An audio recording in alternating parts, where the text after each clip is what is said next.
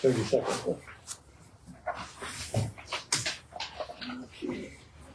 And then the agenda, is that in here? It's in your blue folder with your name on it. Those are your packets. I need the folders back after every meeting. Got it. Please. Okay, 8 o'clock. All the meeting in order. I'd like to welcome our 2 new commissioners, Albert Schmidt and David Berger. Welcome, the members of the Olive County Commission. Thank you. Thank you. The agenda. Is there any additions or anything you see, additions, corrections, or anything for the agenda? Go ahead. One thing I'd like to add is I'll talk a little bit about the emergency generator that we're considering purchasing. And Dave, you had something? Yes, I'd like to add just good of the county.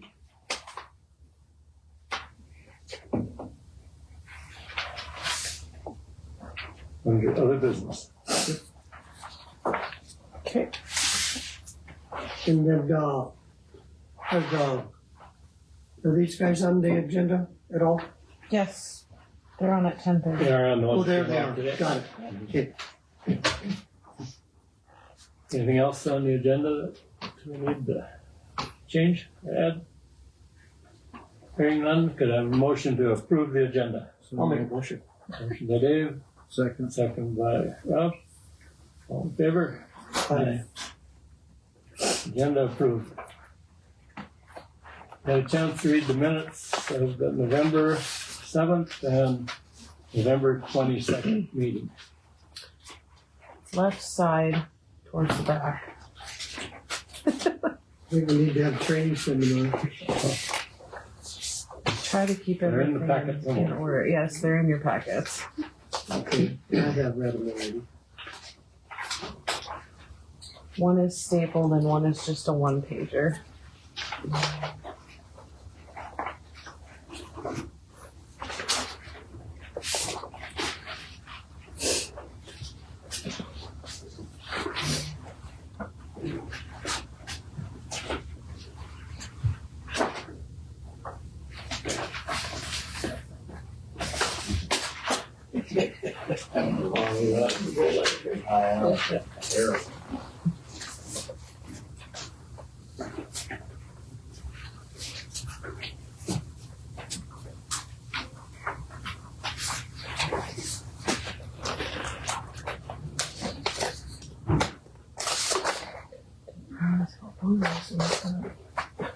These front pages.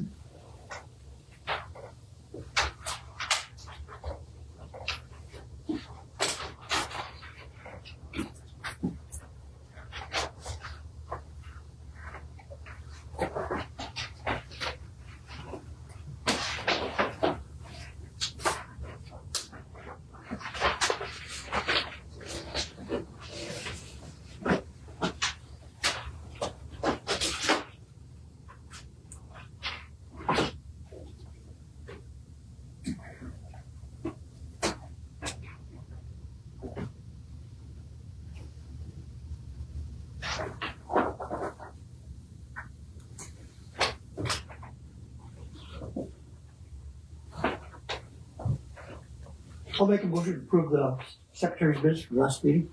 Okay, I have a motion to approve both of them, November 7th Yes. and Both meetings. both meetings. I'll You have a second. motion, I'll second that. second, all in favor? Aye. Okay, bills are in front of us.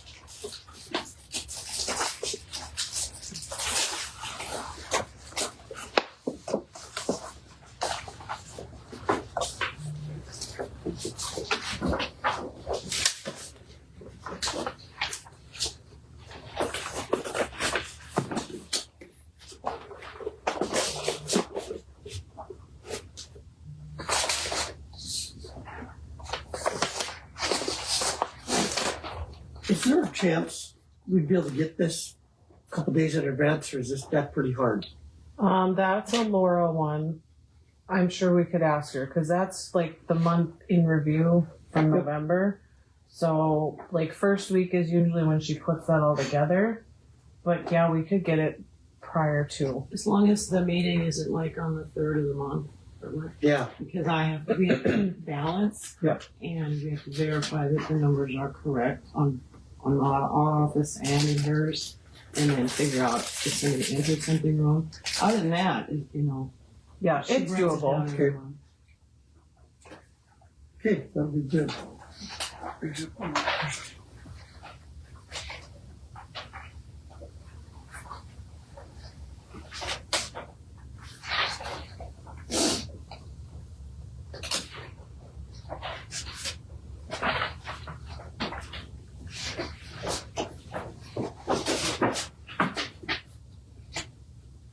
You want me to just email that to you then? Like, does Yeah, that that'd be work? fine. Okay. I think just, I guess the other boards have always Yeah, that's fine. been handy. Mhm.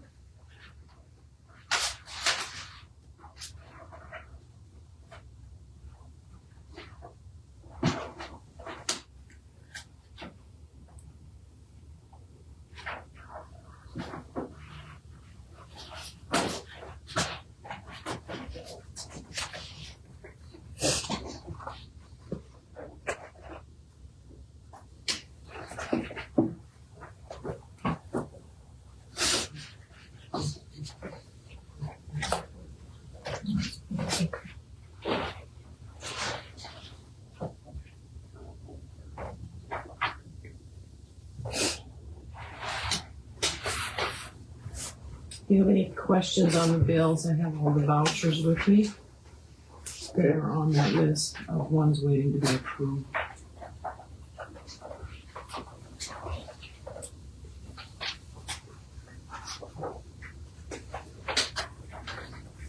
Who was that? Was that? That's The envelope is your pay stub for this week. which one? The current jail bills down so that you guys can see who's Your been naughty. big folder there, the red one.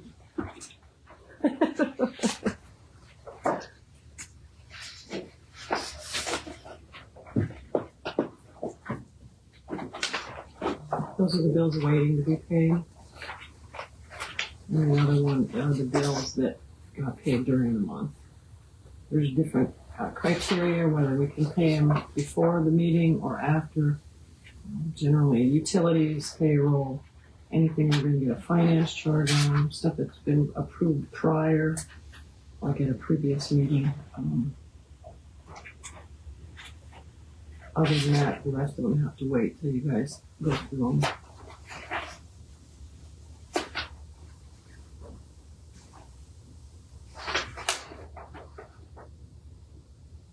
Caterpillar Finance, that's the blade lease, is it? It's one of the way bases. One of the That's blade one leases. of them, yep. And I can get you a printout of all the equipment we have that's currently under On the lease lease. program. Yep, and it'll show the yearly payment that we make on them and what day they're, When they're due. when they're up for Renewal. replacement and stuff. Yep.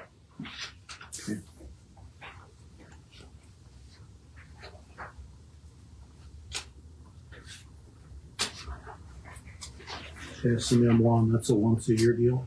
Which one? S&M lawn. Yes, they do the The spraying, county, the the contract ditches. spraying for the weed control. They do the county or the state State highways. highways. And That's I just think they once a year. sprayed the courthouse lawn too.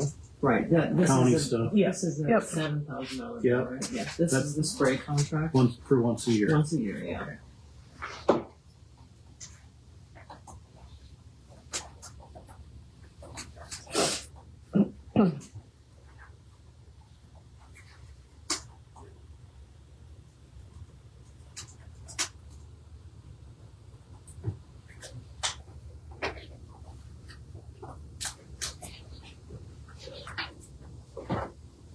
The Senate Republican, that's a monthly charge. It depends on what needs to be published. There's always usually a bill when something is published. Yep. The sheriff department uses Beulah Beacon when they do their ads. That's all they do. That usually gets billed through Beulah Beacon. Good, there was one in there, if we do a beacon this time. I want to say this one was for the notices for the 2 moratoriums for planning and zoning, minute publishing, and other notices that we had.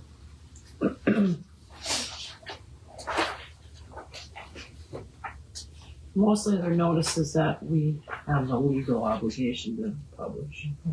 Understood.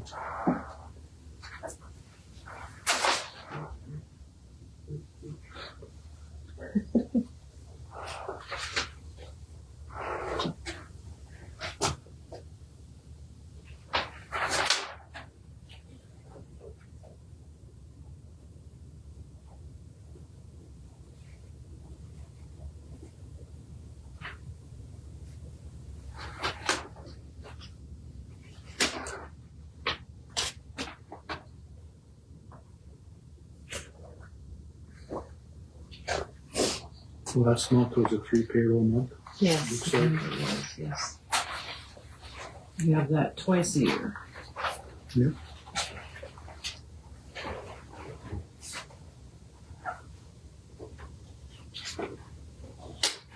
Now, on the payroll entries, the dollar amount is, you really can't correlate it too much with actual salary because people have different deductions taken out for other insurances, so it's not, Understood, yeah. there's a bit of a It'll disconnect. vary.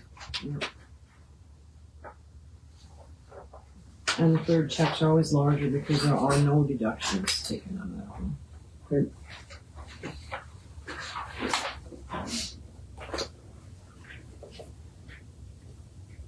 Except for like FICA and Right. that Right, I mean, but there's stuff. no That's what auxiliary your- insurance. Your extra Your extra insurance. insurance. Retirement comes out.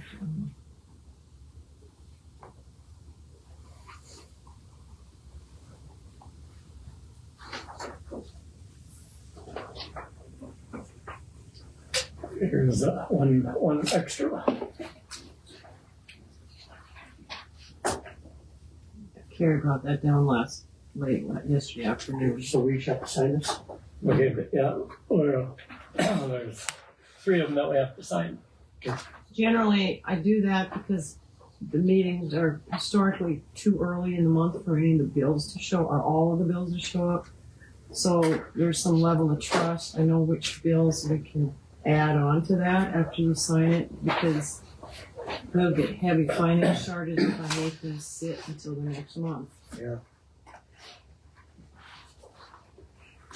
Not really good.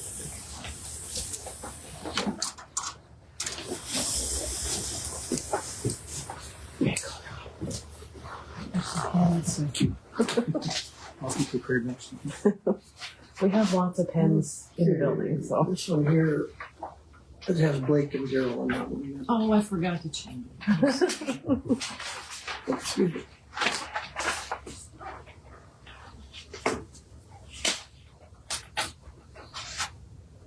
Now, the Mercer County Sheriff's Department, I take it that's 1 day of? That's $75 a day, yes. Okay. I will correct it on my master copy. I'm sorry I missed that one. Got the other one.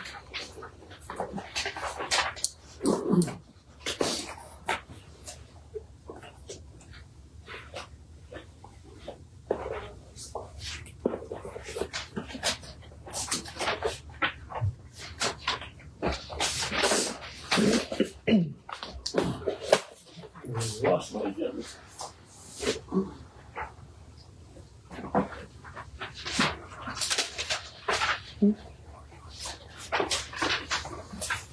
Really can. Just let them take it over. After they approve the bills. Okay, Okay, I'll make a motion to motion pay the to bills. approve the payment of the bills. I'll second that.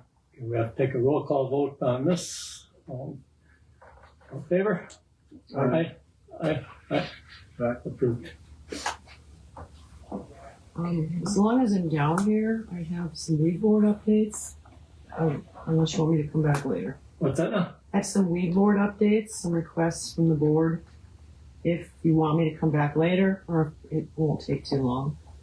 We could do that right now while you're here. Okay. We had a board meeting yesterday. As you know, I'm the chair, so I don't vote. But they asked me to present some requests to you. The first issue, not issue, but first information is Jane resigned yesterday as secretary. So they are looking into possibly having Brittany do the taking the minutes. You know that her position was 28 hours a week, and you and Rick agreed to make it a full-time position at 35 if the weed board paid 1/5 of her salary. So she's already being paid for 1/5 of her full-time salary by the weed control board funding. What you do with it, I mean, if she doesn't want to do it, then we'll just have one of the guys do it. I don't know that paying her double for doing a job she's already being paid for, because she takes care of the weed board chemical sales stuff, to earn that 1/5 of the salary. That's up to you. If you want her compensated extra on top of already being paid to do that, but whatever. That's just something that you guys need to consider. Who sets the salary for that? The weed board gets the $45 a meeting fee, the same as planning and zoning. You as a commission set her salary because she's a county employee, but 1/5 of that salary comes out of the weed board's funds because she works partially for the weed board. So it's up to you if you want her, if she agrees to do it. I don't know. I haven't talked to her. Rick was going to ask her. It's up to you. Do you want her compensated at the $45 meeting fee, or consider it part of the weed board salary she's already getting? That's up to you. So that's something you can decide on. Think about it. Let me know. Does she go to those meetings anymore? She doesn't, no. And then they asked me to request that you allow the funding that was transferred last year returned. It's like $97,000. Yeah, 97,144. That is also up to you. To keep that money in weed control, we have to allocate it for a specific use to avoid getting audited by the state because of the 75% carryover, which is the reason it was transferred out to begin with. There's a couple steps to returning it to them. First, it went into county agent. It would have to come out of county agent into general for a paper trail and then transferred from general to weed control. That's completely up to you. I don't have a say on it. I'm just the chair. They asked me to ask you, so that is up to you. The second item is that they asked that the weed board weed control officer, Rick, have his salary doubled from $3,500 to $7,000. Is that a fair amount? I think it is. It hasn't been increased for a lot of years. There's a lot of work involved in this. This would require amending the budget because it was approved for 2025 and we don't have it budgeted. From what figure to what figure? From $3,500 a year to $7,000 a year.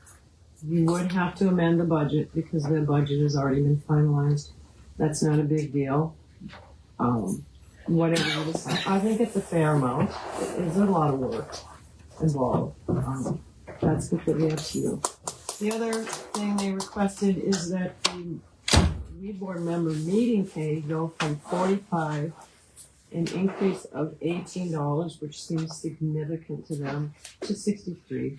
I don't know.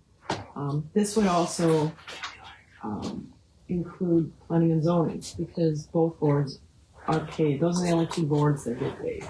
And they are always paid the same amount. Whether you would like to change that, that's also up to you. We've had 5 meetings this year. Planning and zoning has Once a month. once a month at least, Special. probably some specials, so maybe 15, 16 months, meetings a year. It's a bigger increase for planning and zoning, because there are obviously more meetings. It hasn't been increased. It was 25 for years, and it went to 40 quite a few years ago. Then it went to 45, probably 4 years ago. It's fine. It depends. I mean, this is a per meeting fee. This is not an hourly fee. So if it's a 5-hour meeting, you don't get 5 times that. It's a set fee. If it's a 15-minute meeting, you get the same fee. That's also up to you guys to decide. If planning and zoning hears that weed board got a raise and they didn't, then you know they're going to be crabby. Generally, they just do the same for each. You can let me know. Any idea what other counties, equivalent to Oliver County pay? I did send an email out to all the auditors asking average pay, but they also have that on the NDACO salary for board pay.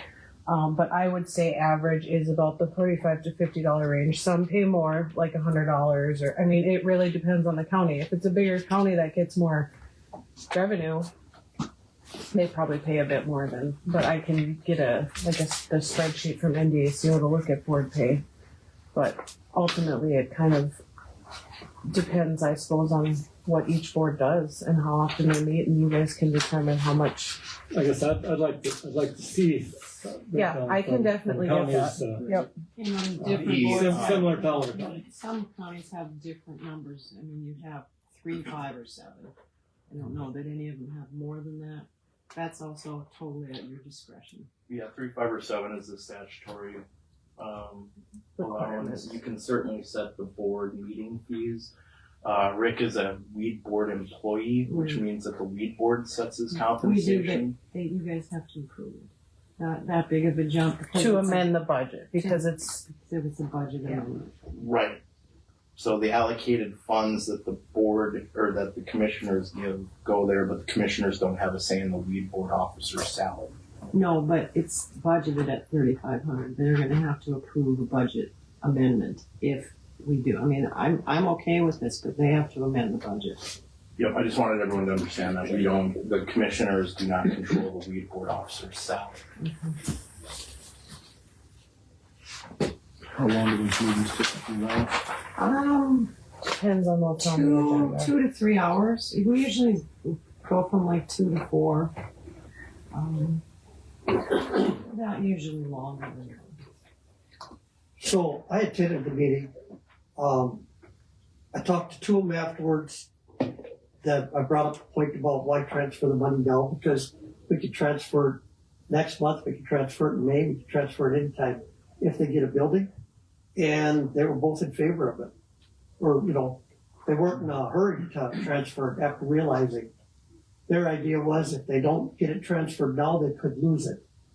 And that's not No, that's not a problem. It can be transferred anytime. It's just up to you. I mean, really. Is it going to be necessary to transfer more this year? No. Well, not from them. Not from this year? No. Okay. I mean, there will be year end most likely. I have to do all the figuring so that all the other funds we follow the 75% carryover. I did work on that information last night after the meeting. So I will have that in time for the December 30th meeting, and I will send it to all of you, prior to the meeting so you have time to look it over, because we are under that state requirement that you cannot carry over 75% of your budgeted expenditures unless you have that money allocated for specific purposes. So for the general fund, we pay payroll out of there. That's an allocation that we can factor into our 75% carryover. There's other things we'll have to look Control at. has enough things allocated that we don't have to transfer everything this year. And when we run through payroll, prior, we would always transfer Brittany's 1/5 of the salary and the associated expenses at the end of the year. That is now directly coming out of that fund, so that is not a problem. We don't have to go in and figure that anymore. The unemployment, the retirement, the fifth share of health insurance, the matching FICA and Medicare, all that's coming out directly, so it's not letting that balance build up as much. We don't have to transfer. The only transfer, if we had to do one, would be Ben put 3 days of spraying in county right away, which is not a lot of days. It's a very small amount. Is this something we need to think about for our Well, I think end of the meeting? my End of the year opinion, meeting. then talking to these guys, now they're not in a hurry to get the transfer. For one thing, they haven't come up with any plans for a building or even property. I sat with both of them, came up with ideas. Maybe joining with the soil conservation, tree building, or putting down the shop area, which I'll be talking to Kyle about. But I don't think there's any hurry to Well, transfer. you can think about it, and maybe just give me some thoughts at the year-end meeting, or whenever, just whenever. That's when we'll make a decision then, at our I think end when of the they, year meeting. when they show us plans for a building and everything, I think that's what we'll Yeah, do. that is. All right, that's all I have. Okay, As far as do we have to approve that extra money for Rick? You have to approve amending the budget. I'll come up with, when we do the year end, I will come up with, the spreadsheet from this fund to this fund. We're amending this fund's budget from this to this.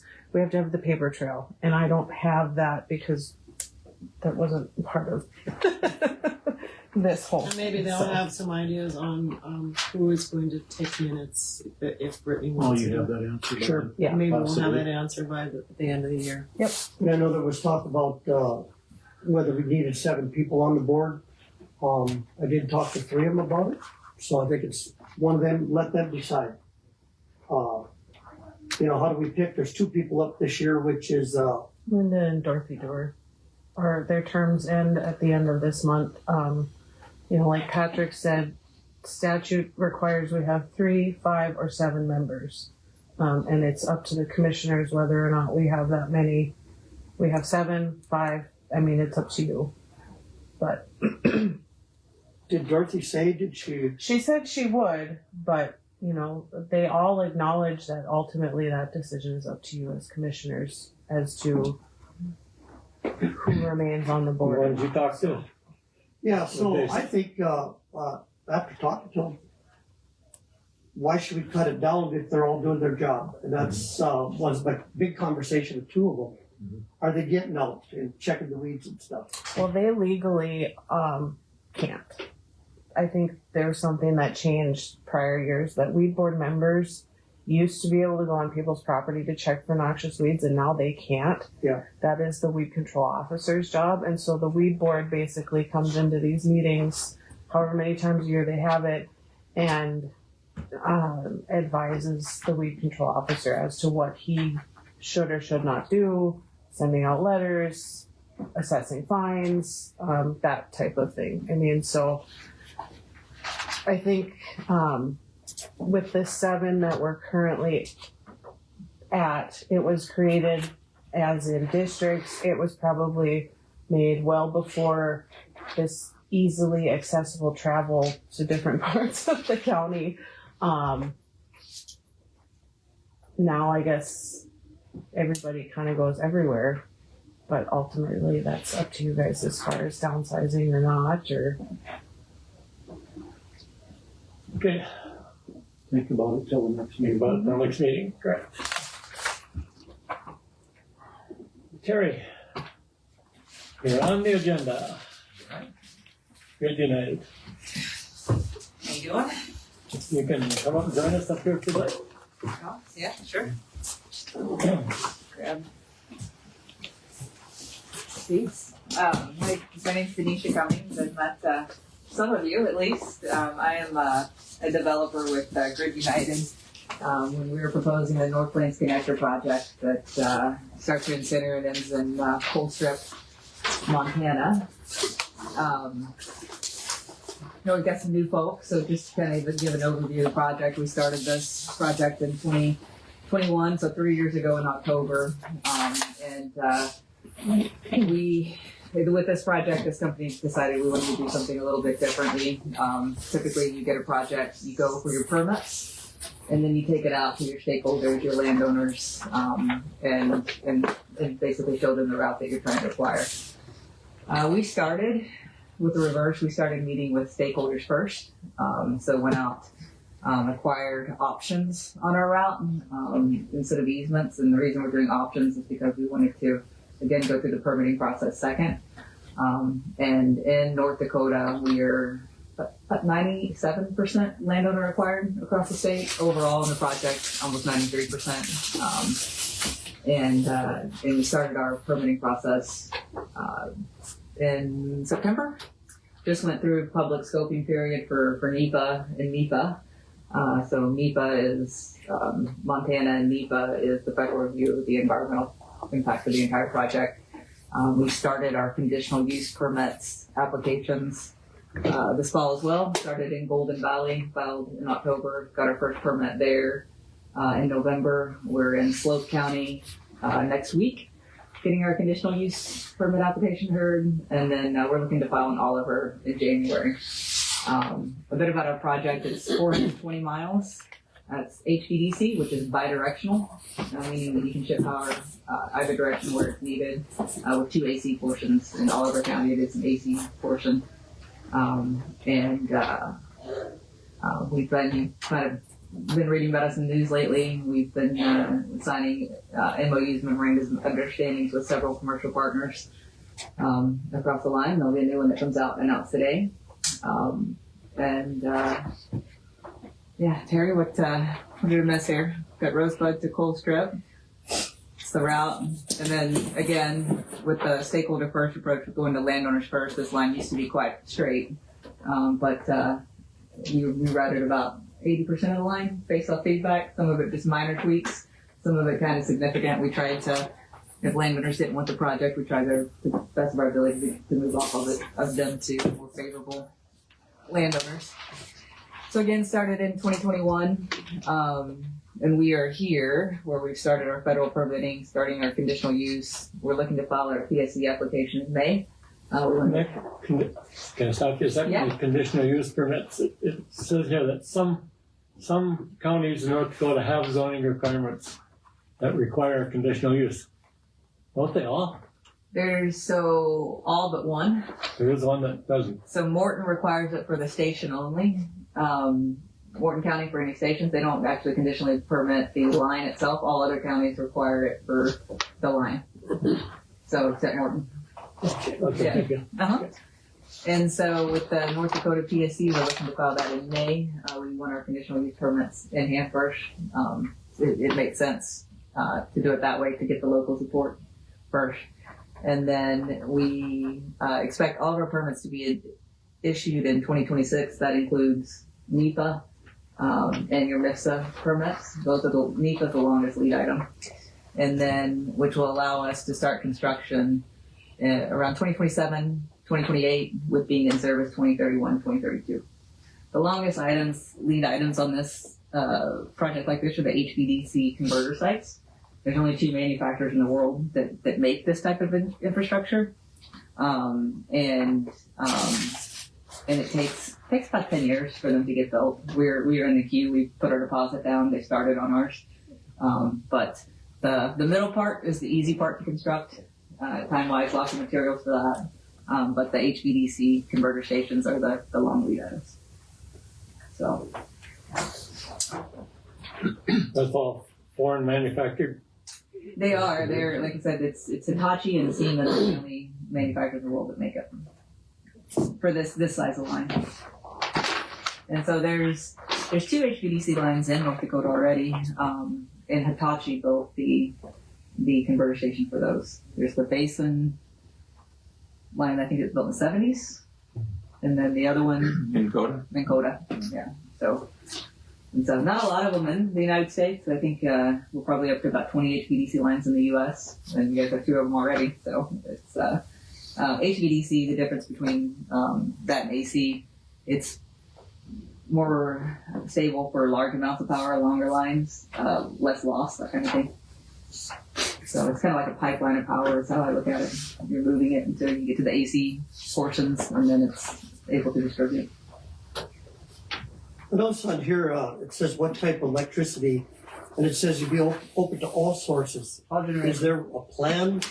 Like, is that like if solar wants to tie in, or wind, or? Yeah, so we're the shipper, and so like the partners will choose the generation that comes on. So this being DC, you have to be able to tie into the AC converter station, so it wouldn't facilitate any type of generation or any infrastructure being built in the middle of the line unless someone wanted to spend about $600 million on a converter station. But we're open to all generation, like whether it be wind, solar, coal, gas, nuclear, if it ever comes on. I mean, we're open to it all. We're just the shipper of it, given the mechanism to ship. How much of the line do you have spoken for already as far as the transmission? So we have the MOUs in place, and it's significant. It's The majority of it?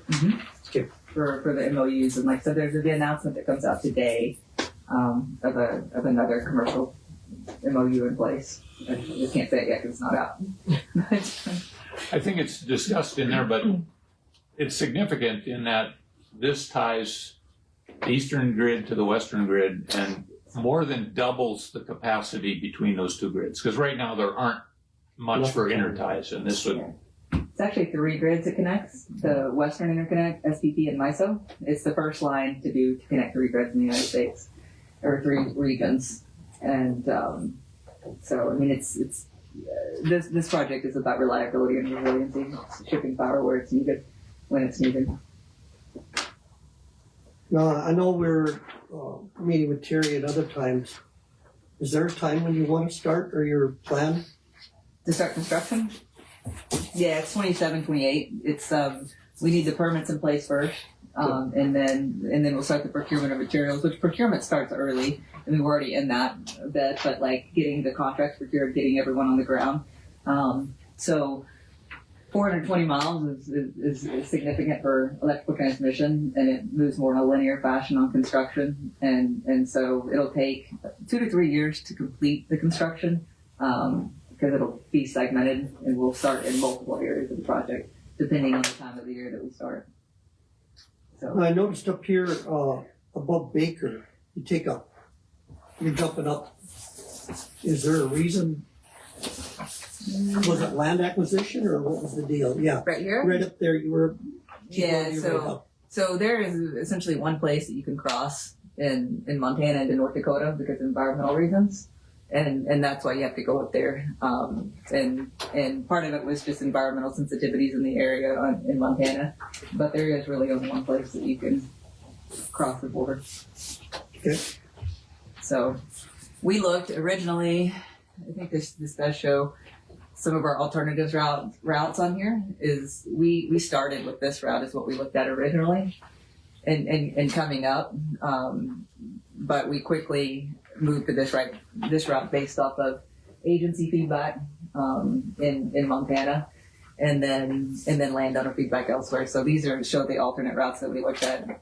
Really, only 2 were looked at in North Dakota, and so we landed on this route. It used to be much straighter, but lots of feedback. And then in Slope County here, we had a pretty significant reroute, trying to find favorable landowners. That's the other approach that we've really tried to take on this project is favorable. We wanted to do this voluntary and partner with landowners. So.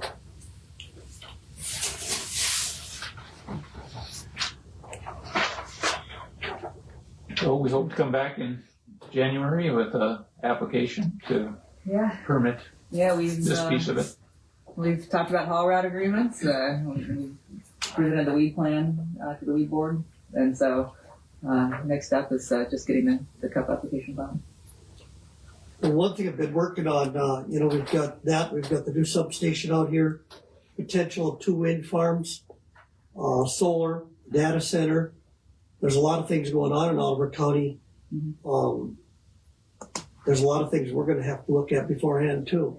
And one thing I wanna mention to the board is maybe a bond on new projects, because, if we have all this coming in, the company that wants to, the substation, Minnesota Power down here, if we start adding 20 trucks a day, that's just that's without the outages at the plants or anything. We're probably gonna need another deputy or something to address the roads. So, Yeah. up front, I want you guys to know that I'm gonna be working with that. I've been, going to Martin County, working with them on that. Yep. And, I just think, we gotta address it early, so you guys know up front what we're, Yeah, and in our RORAD agreement, it does include a bond amount and road coverage, and we did a per mile. I think it's I want to say it's $20 a mile or 20,000 a mile, 20,000 a mile. I think for bond. Yeah, we do cover that in our RORAD agreement, and I can resend that to you if you'd like to take a look. We agree. Like, I mean, the road traffic is substantial for this type of construction, and so on electrical transmission is a little bit less than pipeline, but we did the same coverage that I personally have done on other pipeline projects. So. Yep. Any other questions? Can't think of any more. Yeah. Well, Sounds thank you. like progressing fairly well. Yeah, no, we're pleased. We've 3 years. It's nice to see us in permitting and the thought process working out. So. One more question. That substation that you're putting in the St. Anthony area, now will other companies be able to tie in at that site? So yeah, so the yard there, the switch yard, yeah. I mean, Such as a wind farm or yeah, they could.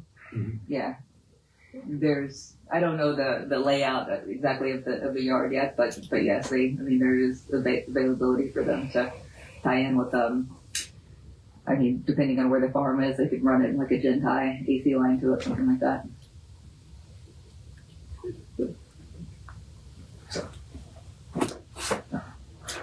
Well, Yes. I don't have any more questions. all right. Well, thank you guys. Okay, thank you. Stay warm. It's cold there. It's colder here than it is in Montana right now. Always is.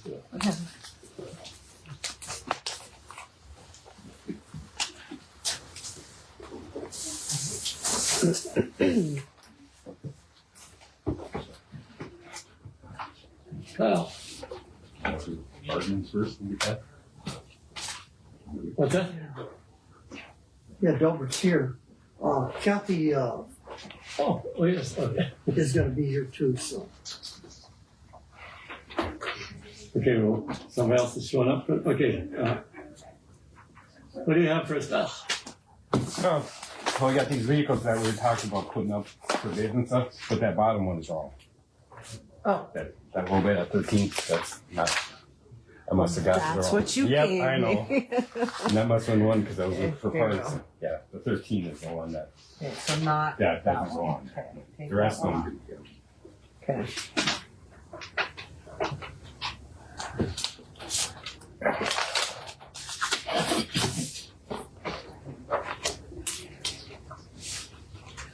and we got that new truck that we just got. You can put extended warranty on it. It's only got a year warranty on them and stuff. But they do have 2 different packages. They cover the motor and pretty much everything on them. The bodies, you can do anything. The transmissions, whatever you want. And I'm thinking it's probably well worth it. I mean, the years and the total and the miles are on the bottom of different ones there too. So That's a one-time fee or per year fee? that's one time. Yep. Just one time. Yep. And everybody knows how the newer stuff is. But So the extended warranty, does that address the blade and everything out front?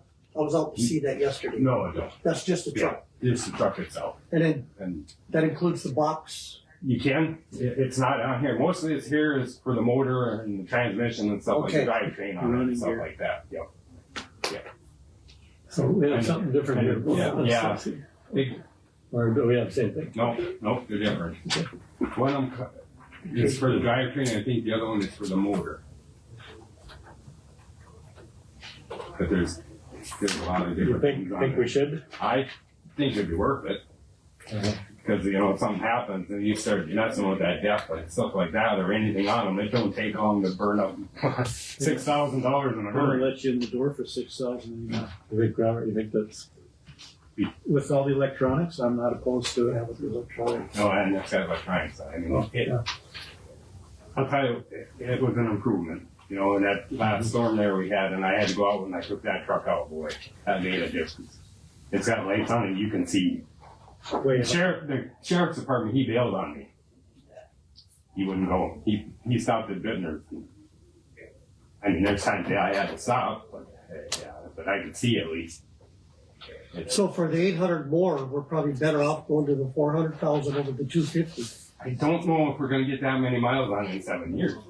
That's the thing. Okay. That's a winter truck. Yeah, it is. It's more of a winter truck. We don't want to use it to. I would rather see like I think it was like 7 years than the 250,000. I think it is. Yeah.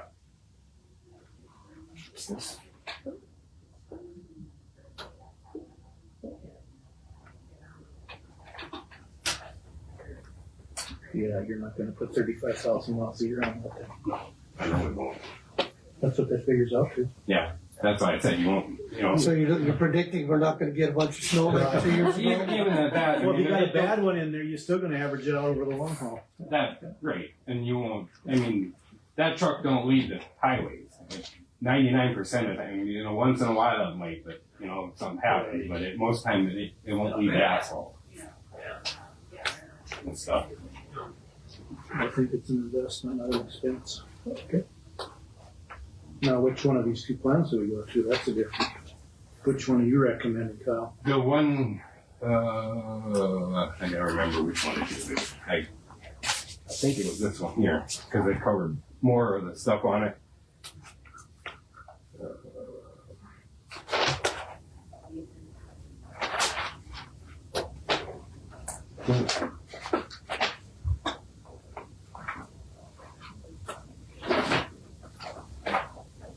We bought a different truck this year, and a week later it started acting up, and it was $8,000 to get it out of the shop. So it don't take long. it's all It don't minor take long. stuff. Yeah, so, that's, I think that it's, is a no-brainer, is what you're saying, Wow. yeah, we should do it. I Okay. think it's this one here. We hope it's a waste of money, but it probably won't be. Well, and you got 7 years, 250,000 miles. You know, that's the thing. You know how winters are on trucks like that, stuff like that. So we're going from 1 year to 7 or 1 year to 8 That'd be dated. It starts after the year. after the first year, Yeah. after the factory. Yeah, it's just an additional on it and stuff. It's one for 6,005.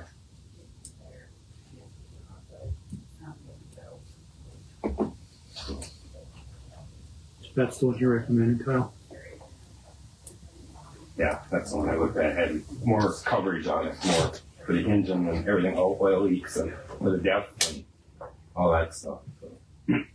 I'd say you can warranty everything. I mean, they'll warranty the box and everything, but I don't think you need to No. do the box stuff. It's more the truck itself, the Right. drivetrain and electronics. Electronics. So is that a twin cylinder or a single on the box? Hydraulic, single. Single. Yeah. So you're recommending 7 year, 250,000? I believe we should have a motion on this, I just to make it official. I'll make that motion. I'll second. Give me a motion and a second to go along with one Kyle recommends. What was All in the other favor? one? 6,000. 6,005. Yeah. Aye. What company is it with, or what's the, Oh, well, it's through Freightliner. I don't know the exact. I think it's That's through them enough. guys. Yeah. just so I I'll have let you it? know as soon as I get Okay. everything else together. But it's through them guys themselves. Okay.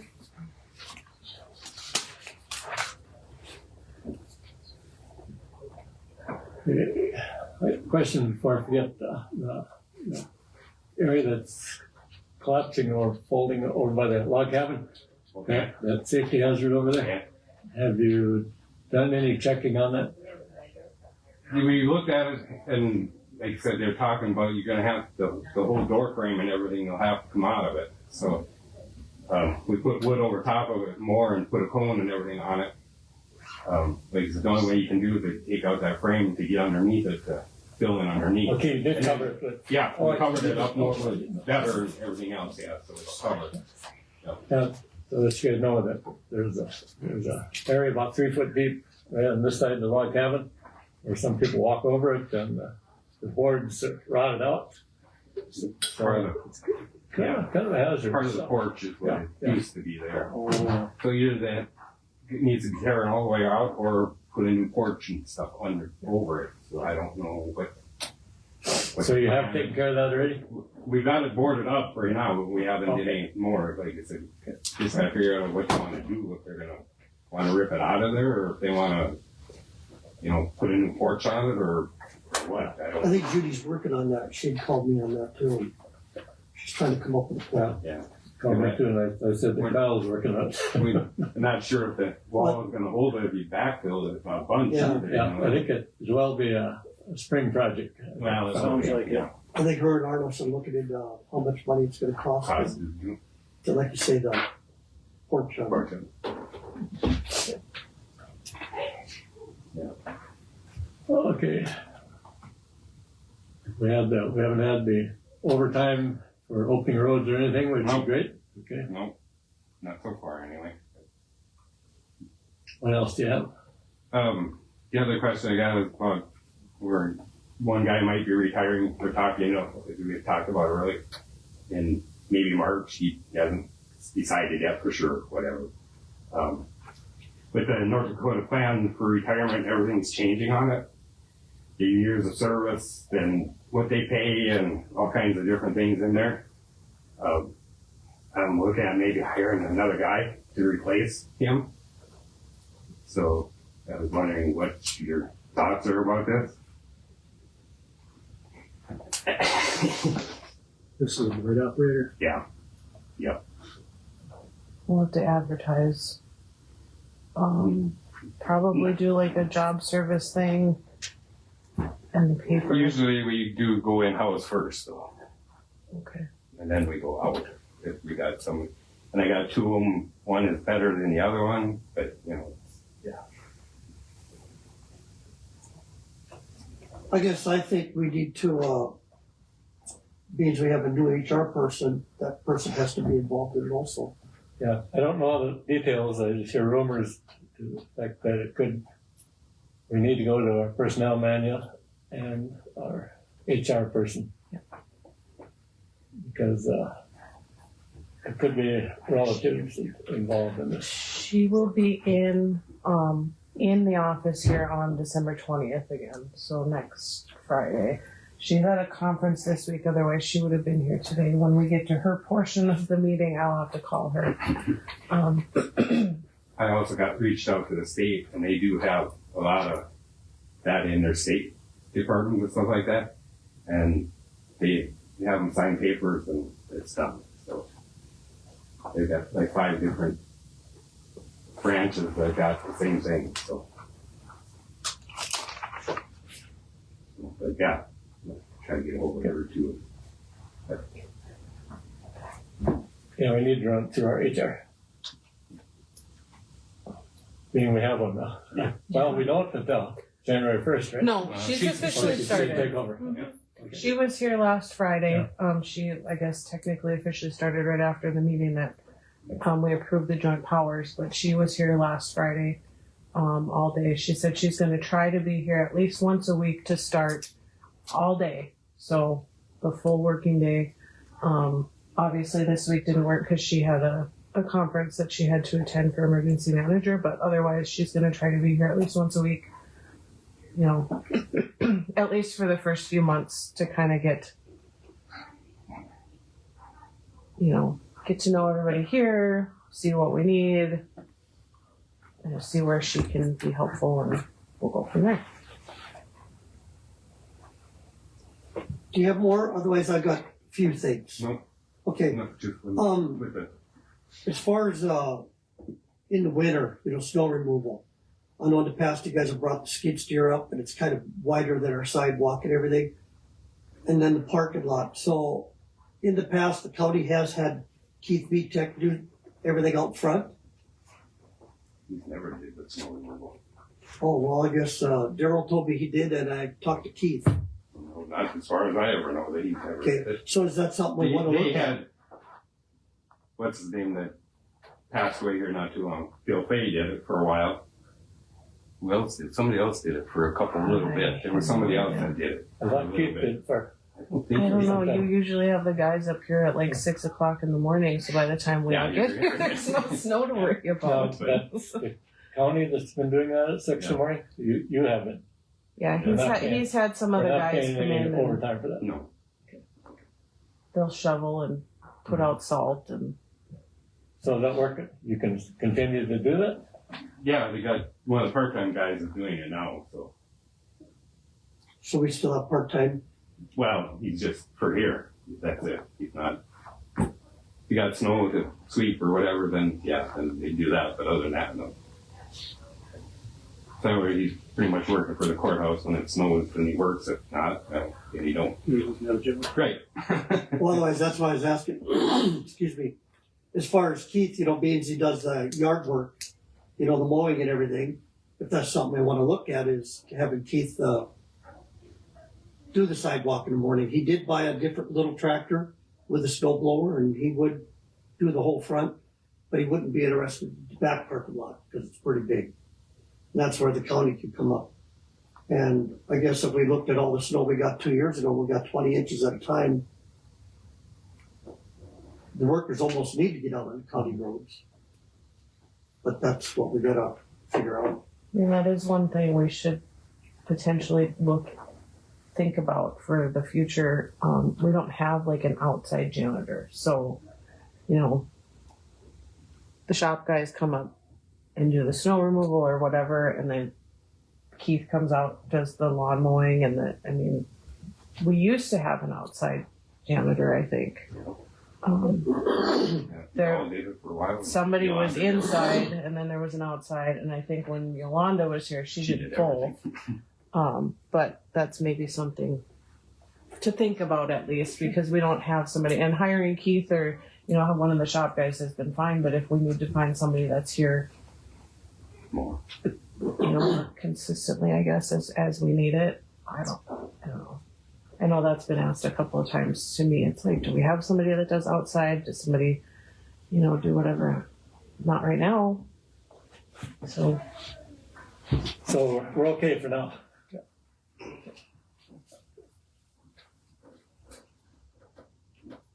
I guess another thing I went through the shop yesterday. I drove up, thought I gotta start getting familiar with it. I was just wondering if we wanna put county logos on our vehicles. I think Daryl and I talked about that briefly a couple months ago, and I can potentially design something for you guys. I do that kind of stuff, so you just have to give me some time, and I could maybe do something like that and get like a magnetic or even like a decal printed to put on there. But the city has a logo, the state has a logo. I don't see why we couldn't have something. I like that idea. I think it is a good idea. Yeah, it's, I don't know if we need a motion or how we need to address it, but. I'll just work on it and bring it to you guys, and then you can tell me if it's ugly or not. Let's do it. Go That's from what there. we're about. Okay. One other thing, Daryl and Blake have both in the past, for the last 7 years have been coming to meetings. They've always been, gravel is a priority. Of course, we've talked about that. Where are we gonna go with that come this spring? Because a lot of roads need it. I've been out driving around and not the whole road, a lot of them are spots. And, we only have the one pile other than what's coming from your area, which probably isn't road grade gravel. I know Delbert's talked to me about it and a couple others out there. Yeah, I don't know what the grade is of it right now. I have no idea what they did. Maybe And that was with, that was with the wind towers there. They did their own, you know, But it's they're supposed to be putting, a grade 5, class 5 gravel is what it's supposed to be, so. and that's what they're putting on the Hanover roads, correct? Well, yeah, that's what they. And you will have them, most gravel, once you lay them down, when it rains and stuff on them the first couple times, they're nasty. And then they set up, so. So like out at the Dresser land and, not Dresser, Kitty Reiki land, where there's potential gravel. And then, Rod Hudsonville or somebody over there called me and said they think there's gravel. Well, him, man. Also, I believe Darren Hoger said there's gravel. And B&I met with them the other day and they said they'd have gravel. So we have potential areas to If- get if- gravel. yeah, But we have if it's we there, have to go for it. if it's there. Yep. 'Cause Is there a it's plan work. next spring to go? Well, yeah, we got 5 places to go. We just spent 4 days out northwest up there and didn't find nothing.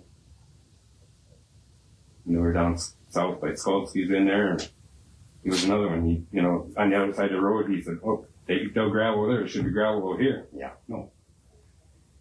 Is there gravel in that Ralph Hickle area down there? I understand there's a section down there. Rodney Hickle does it. I can ask the family, I don't know. Mhm.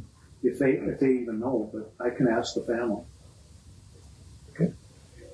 Heard someone approached us a year or so ago on that area. There was a gravel pit on a quarterway up north, but I don't, I don't know whatever happened. looks like, I chased cattle down that section line, there's a hole in the side of the hill, that's Right, all I can that's tell. all, yeah. They dug a little bit. Closer to Rodney's? Yeah, I can ask, don't hurt to ask. yeah. See what they say. What's the average overburden? You mean for what we go after? To get, or- to go down, like, Well, anything over 3 feet, they start hammering you pretty hard on it. And then it varies, if you can run this deep in some places, it could be, So, once you start getting over 3 feet of overburden, then they start hitting you hard for digging it. We dug some the other day, you're looking at 12 feet down. Well, we can't afford to go after it. It's going to probably cost you $20 a ton to go after it, have them dig it out, and then, so. Well, let's pause on this for now and see Delbert is here. Delbert Brennan. Let's talk a bit about section line closure. Okay. You can come and join us if you like. Well, I made some copies of how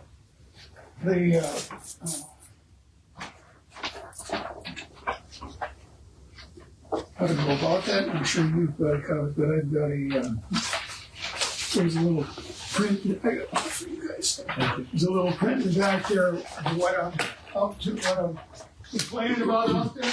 And to get that, get a piece of section 9 closed.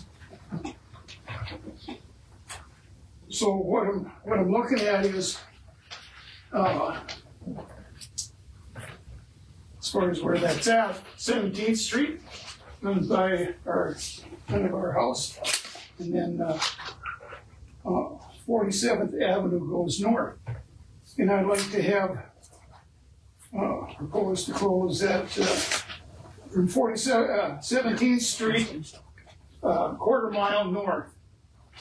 And like with that road, so 17th Street is a regular county road.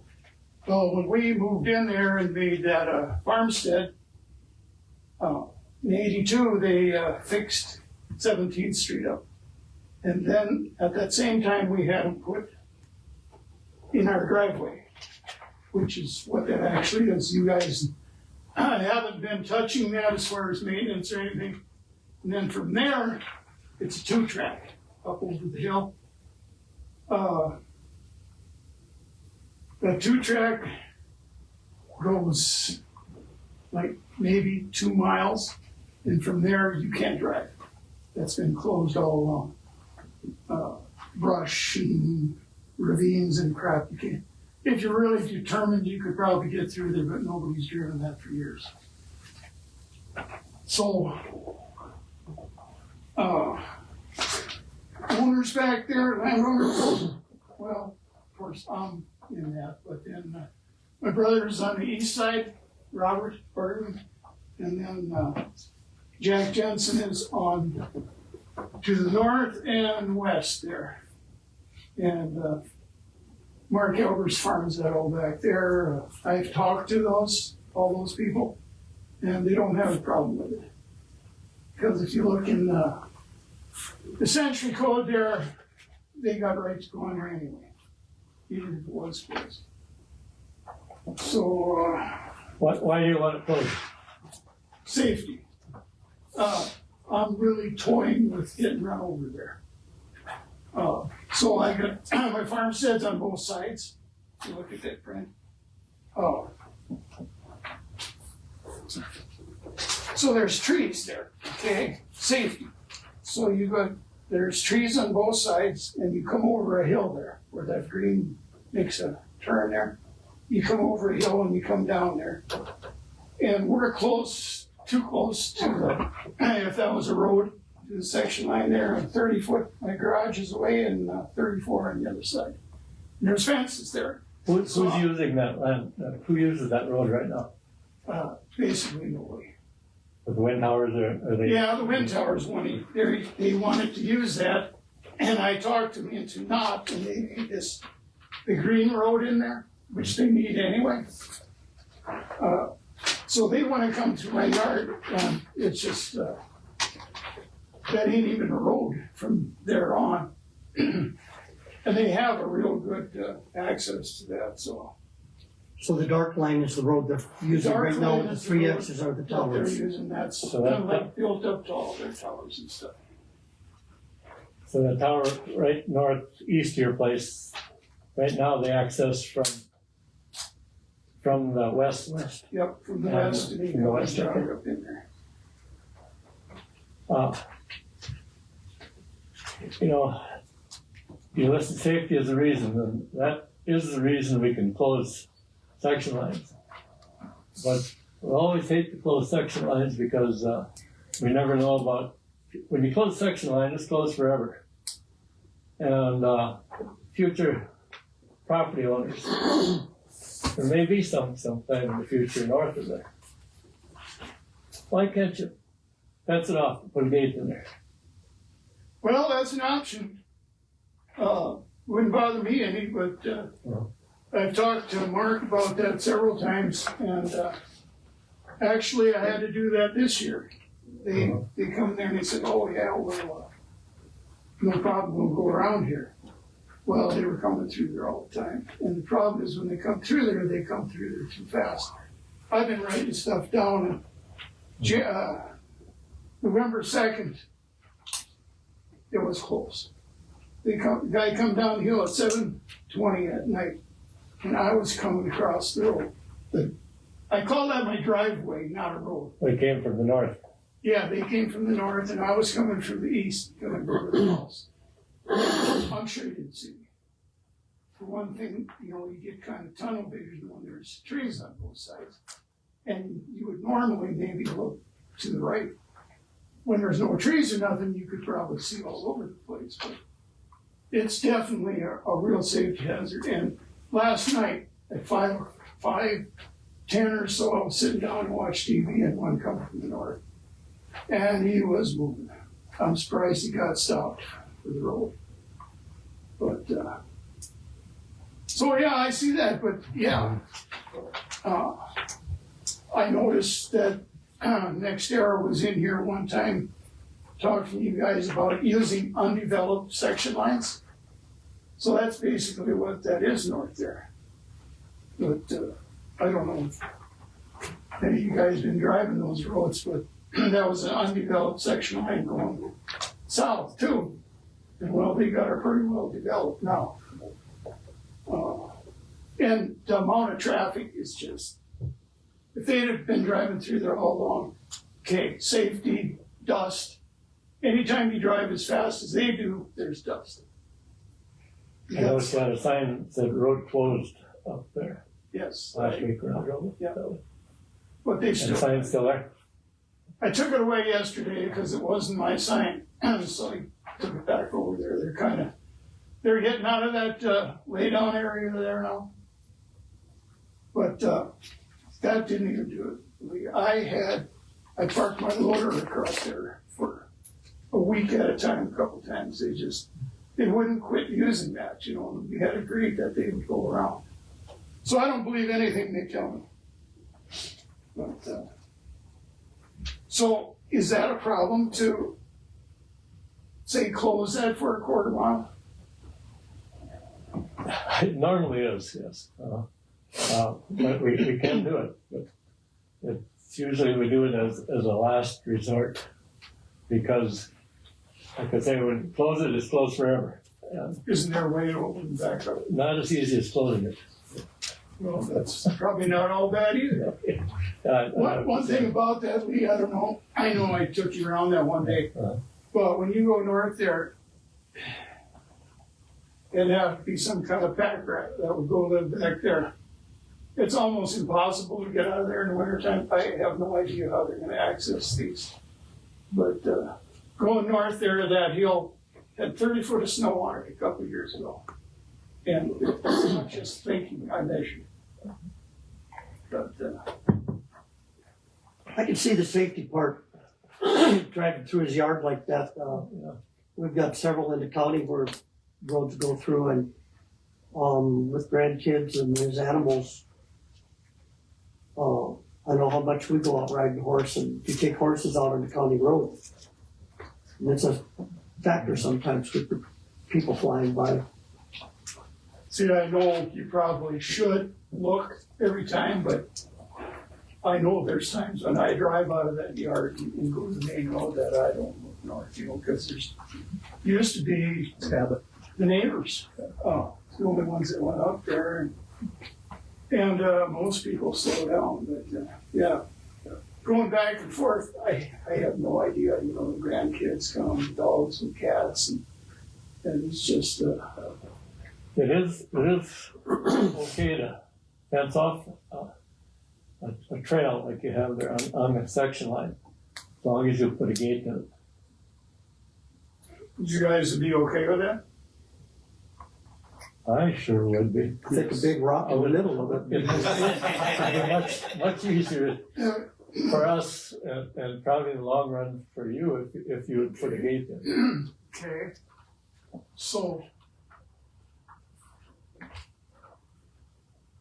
Would you need two of them though? Would you need one further to the I should north? almost Probably. put one further up there. See, I own about a quarter. Yeah, is that the fence line goes that you have right now goes both sides of the road? Yes, yes.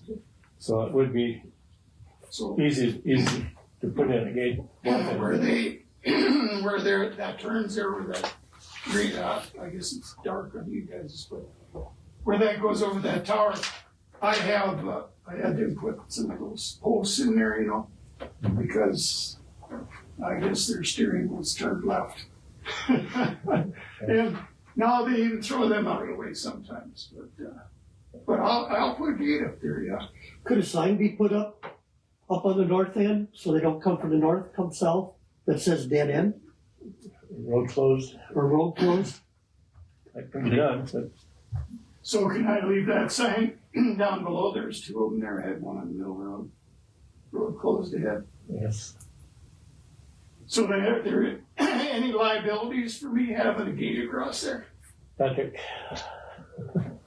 Possibly. I mean, the liability. I mean, so the section line.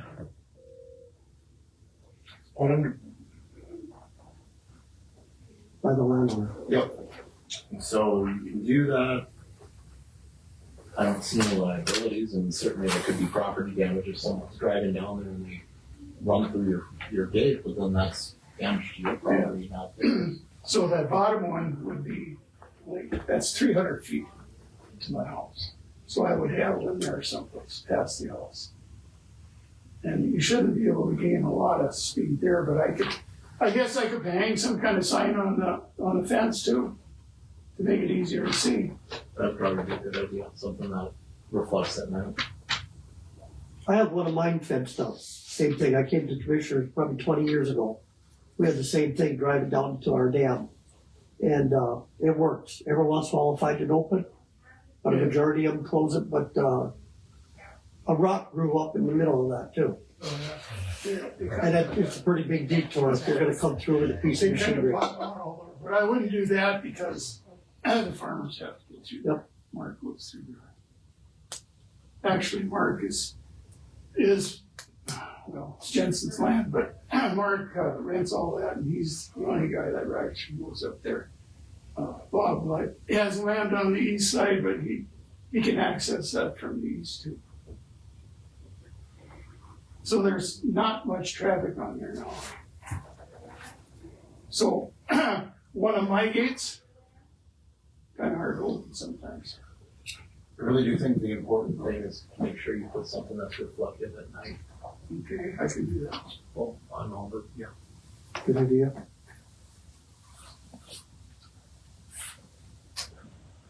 Okay, I guess Why don't you'd rather do Why don't that. you try that, see if it works, and it should. Well, I think it probably You will. definitely I have did the have okay it from fenced. the commissioners. I did have it fenced one time, but I didn't know what my rights were if I can do that. You can, and obviously if someone's going on there, you have the right to trespass them from that as well, because you're in that area, so.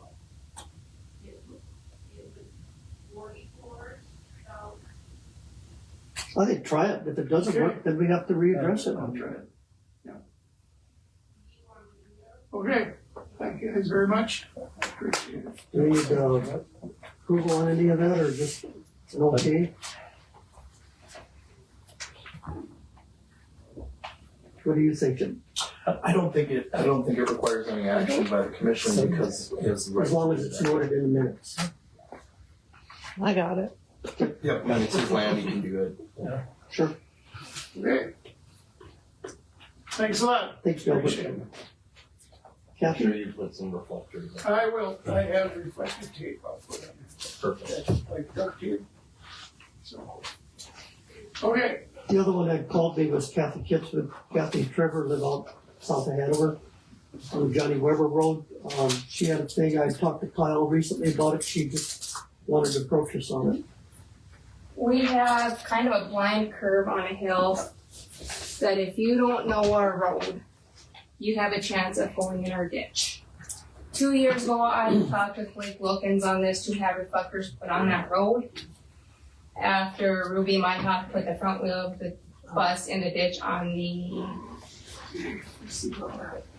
this is the Weber Road on 25th. 46 is, and This is just, coming off Eastdale Road. yeah, this is coming off 31 would be over here. So This is your yard? our yard is down over here over Okay. more southwest. But I wanted to blow it up so you could see where that curve is in that road. And 2 years ago in the winter, Ruby Meinhoff put the front wheel of the bus on the west side of the road in the ditch because she followed snowmobile tracks and not the curve in the road because you couldn't see when the school got let out early because of a blizzard. I messaged Blake Wilkins to see if we could get reflectors put on that road, and he said he would talk to the commissioners. I believe it got discussed, but nothing ever got done. So last summer I asked again, is it too late? Come November of 2023, once snow flew, I said, is it too late? Can we get them put in? We don't need another person going in the ditch.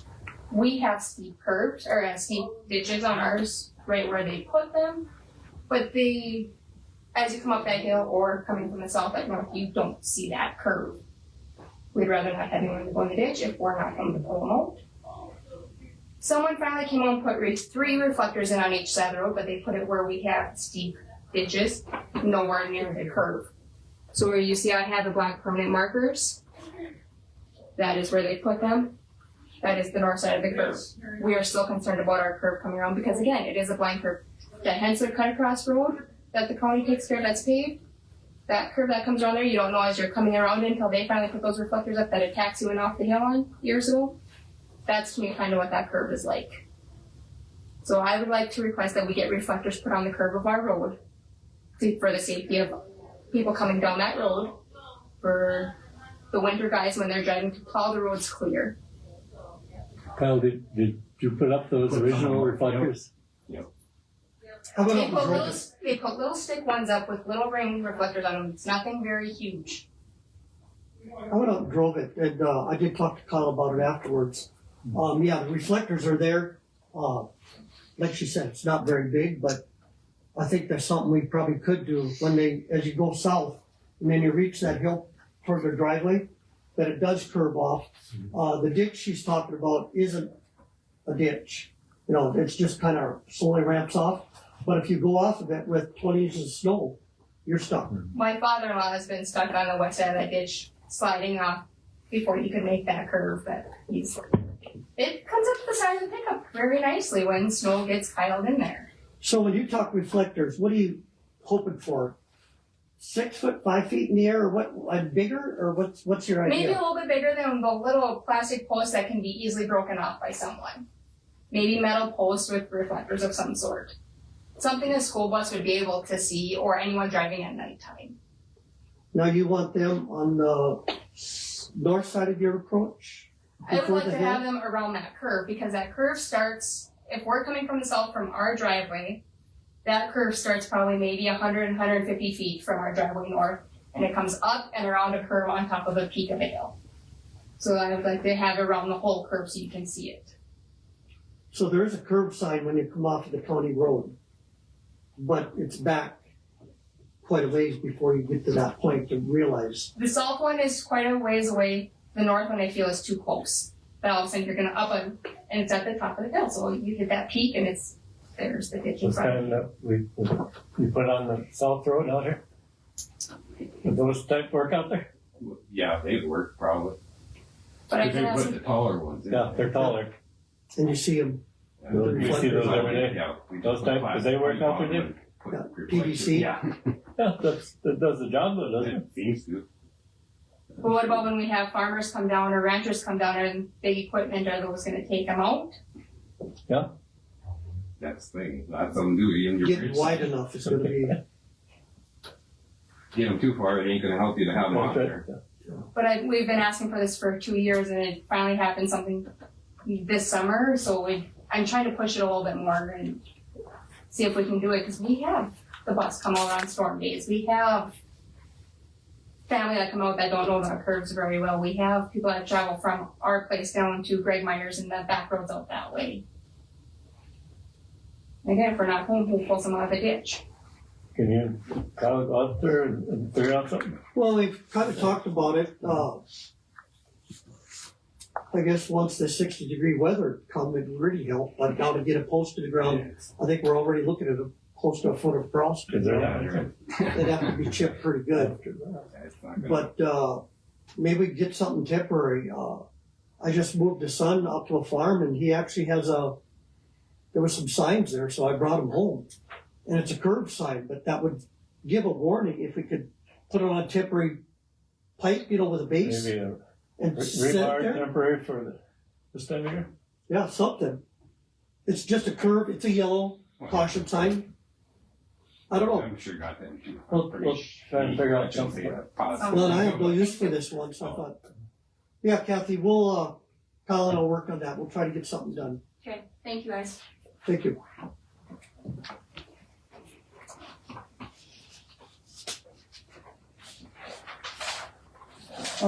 Keith is here. Keith, we did talk about the, snow removal, Okay, and right now Kyle's gonna handle it, but, okay, that's fine. I think it's something we need to look at in the future, because if we get, like, 2 years ago, 4 different snows of 20+ inches each time, his people probably need to get out in the road instead of spending an hour up here.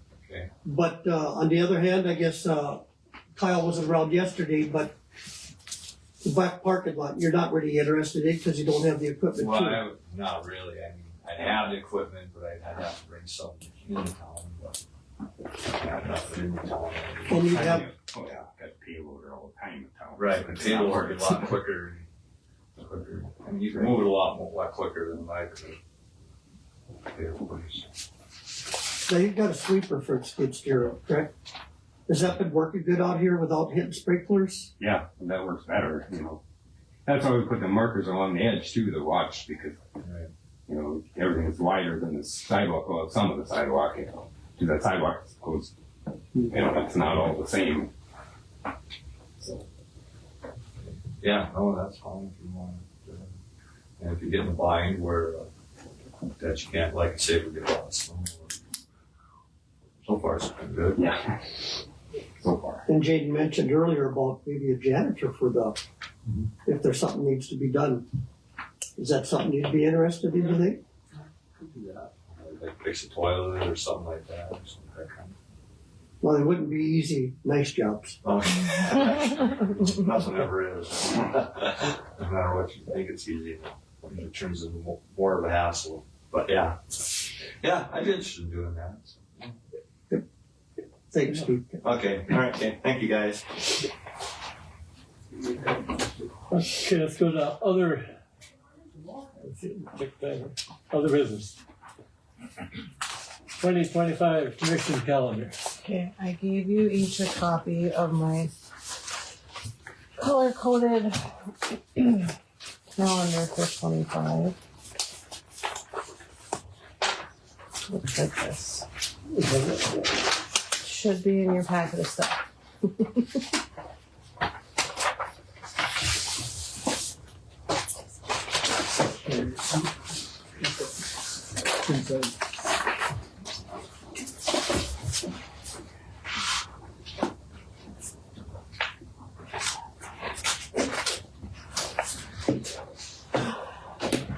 The blue is the potential dates for commission meetings. I know we had talked about a couple of months ago moving the meeting date to the second Thursday of the month rather than because I was always told you have to have it within the first 10 days. And I asked, and there is no requirement to have it within the first 10 days of the month.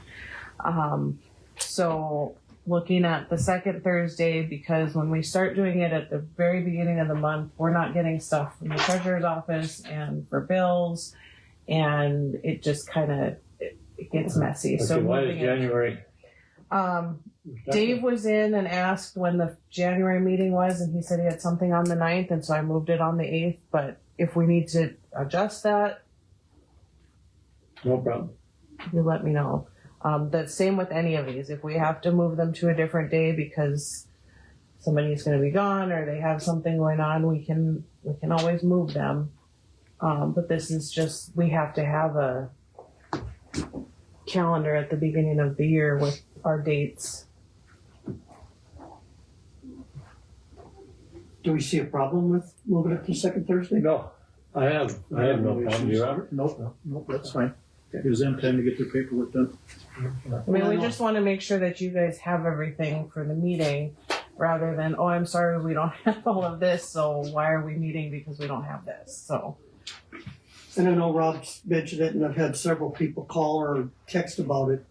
They're wondering if we can move the times of the meeting. We always try to have a meeting before Old Settlers in case there's something we have to make a decision on. Let's see, and also the county fair. When is that scheduled for? First week in August. First week in August. First weekend. It's usually 2 weekends after the state fair because it's Morton State Fair, then Morton County, then Oliver County. I honestly couldn't tell you. I see no problem with anything on here. I don't either. Okay, could I have a motion to approve the scheduled meeting dates? So moved. Second.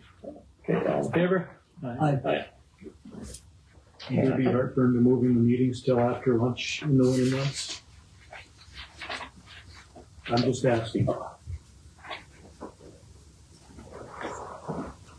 Doesn't bother me any, but that's obviously I'm not just asking a question. Well, and I've even been approached about moving them tonight. Pretty soon, it seems like, especially the last 2 weeks, I've been in a lot of night meetings, so We're getting tired of night meetings. The only thing I would say about night meetings is you run into the staff that works here that has to present at these meetings. I mean, like, we've got Kyle and we've got Linda who comes in with the bills. I mean, we're running into, do we ask them to stay longer for a meeting? I mean, moving it to a different time during the working day, I don't see a problem with that, but at night, unless it's an emergency that we have to have a night meeting or something like that, That's but different. yeah. What are your suggestions? 1 o'clock, would 1 o'clock work in the winter months? And then go back to 8 o'clock in the summer months? I like that idea. That's what we do with social service meetings. Is it? Yeah. Okay. We change time during the winter and summer. Could we move it instead of like 8 o'clock? Could we do like 9 o'clock? Or is that going to be an issue? That part of it. I mean, At what time? 9 o'clock rather than 8 a.m. Could we move to 9? Does that help But you at that's all? up to you. I mean, In the summer, it doesn't matter. It's just the winters are tough to get cattle fed, that's all. So the winters are your big concern. Yes. Say Summer's November on. November till April? April. Yeah. For 4 months during the winter? Yeah, basically, whatever it would be. We could go to a 1 o'clock meeting. Right. 5 months, whatever, yeah. Whatever it would be. I'd be good with Work for it. you? Doesn't matter for me. Work for you guys? I have no problem with that. okay. November to April, 1 o'clock, and then the other 8 May to whatever. May to October, 8 a.m. I'm here, so.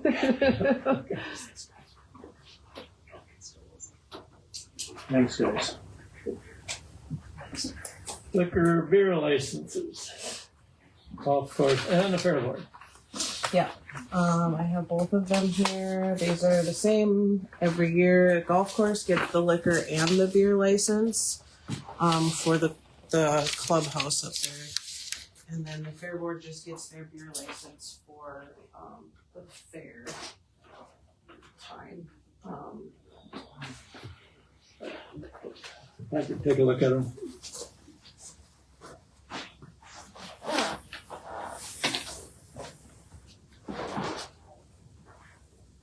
Those items are going up for bid that year. And I was called on that too, when he was wondering when they were gonna go for bid. You've probably been called too on it. There's only one that's been called. He's been calling me too. That's one of the deputies' cars, that top. Used to be an old one, yeah. How about as far as pickups? Are there a couple pickups not being used or, If we get rid of these, they're all being used okay. pretty much during the summertime. So during winter, yeah, no. There was discussion at the Wee Board yesterday about potentially if there was a pickup available. We do have that one that we put the sprayer on. That Something or 2008 model, I think that Chevy. That's the one we got set up for spraying.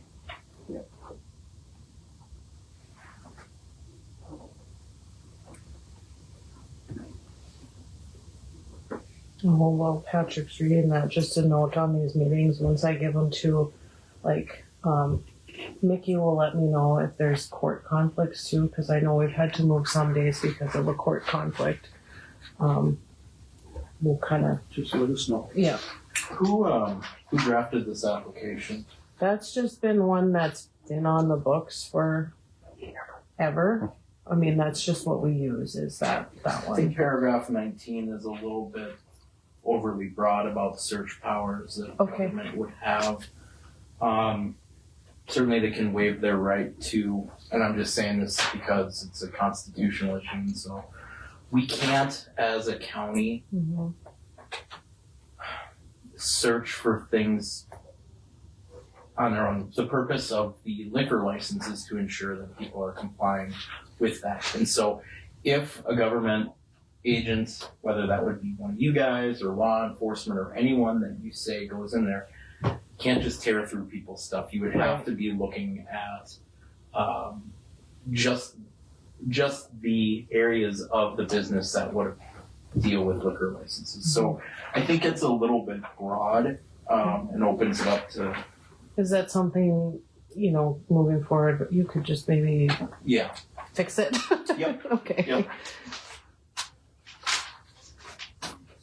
So it's just a couple words that you're looking at. Yeah, yes, just a few words, and if it's all right with you guys, I'd like to make a change for future applications. Otherwise, you're okay with the, Yep.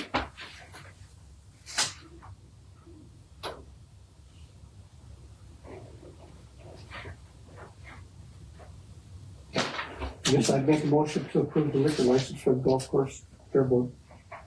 Can I motion to approve both of them? I'll second that. We have a motion and a second. Any further discussion on this? Hearing none, all in favor? Aye. Approved. Jaden, will you send me an email to make that change? Yes, yep. So there's someplace I need to sign here. Yeah. Nothing further. We can find something.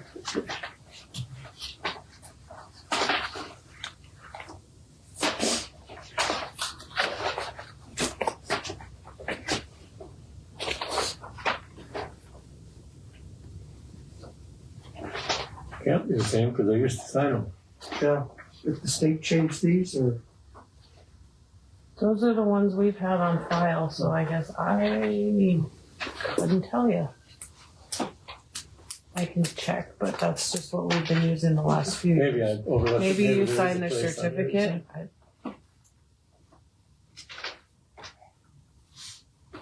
yeah, you would think they'd want, you'd have to sign it. I know the mayor has to sign for the city. Okay, there's three of us that can't see.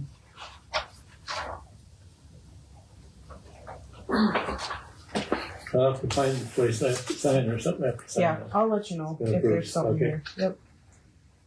2024 mill levy sheet. Basically just a handout. This is what is being levied for. Have it already, okay. If you have any questions on it, mill for county, so the top ones is worth $16,227.04. It's down about $400 from last year.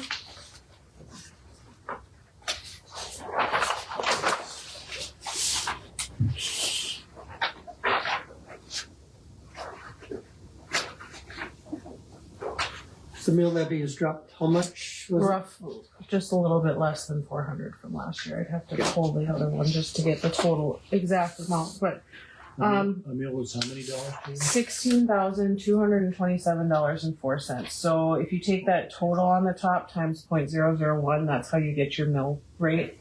That would be the same for how much a school mill is worth on each of those. So their total, you take that times 0.001. So if you're ever curious, you can do some math. And then you can, take that amount times the mills that they're levying, and you know how much they'll be getting dollars wise. Obviously this is all based on valuation, so some went down, but we did increase the general mill a little bit this year to kind of help us with that. Are there any counties lower than ours? Lower than the mill rate? I'd have to look.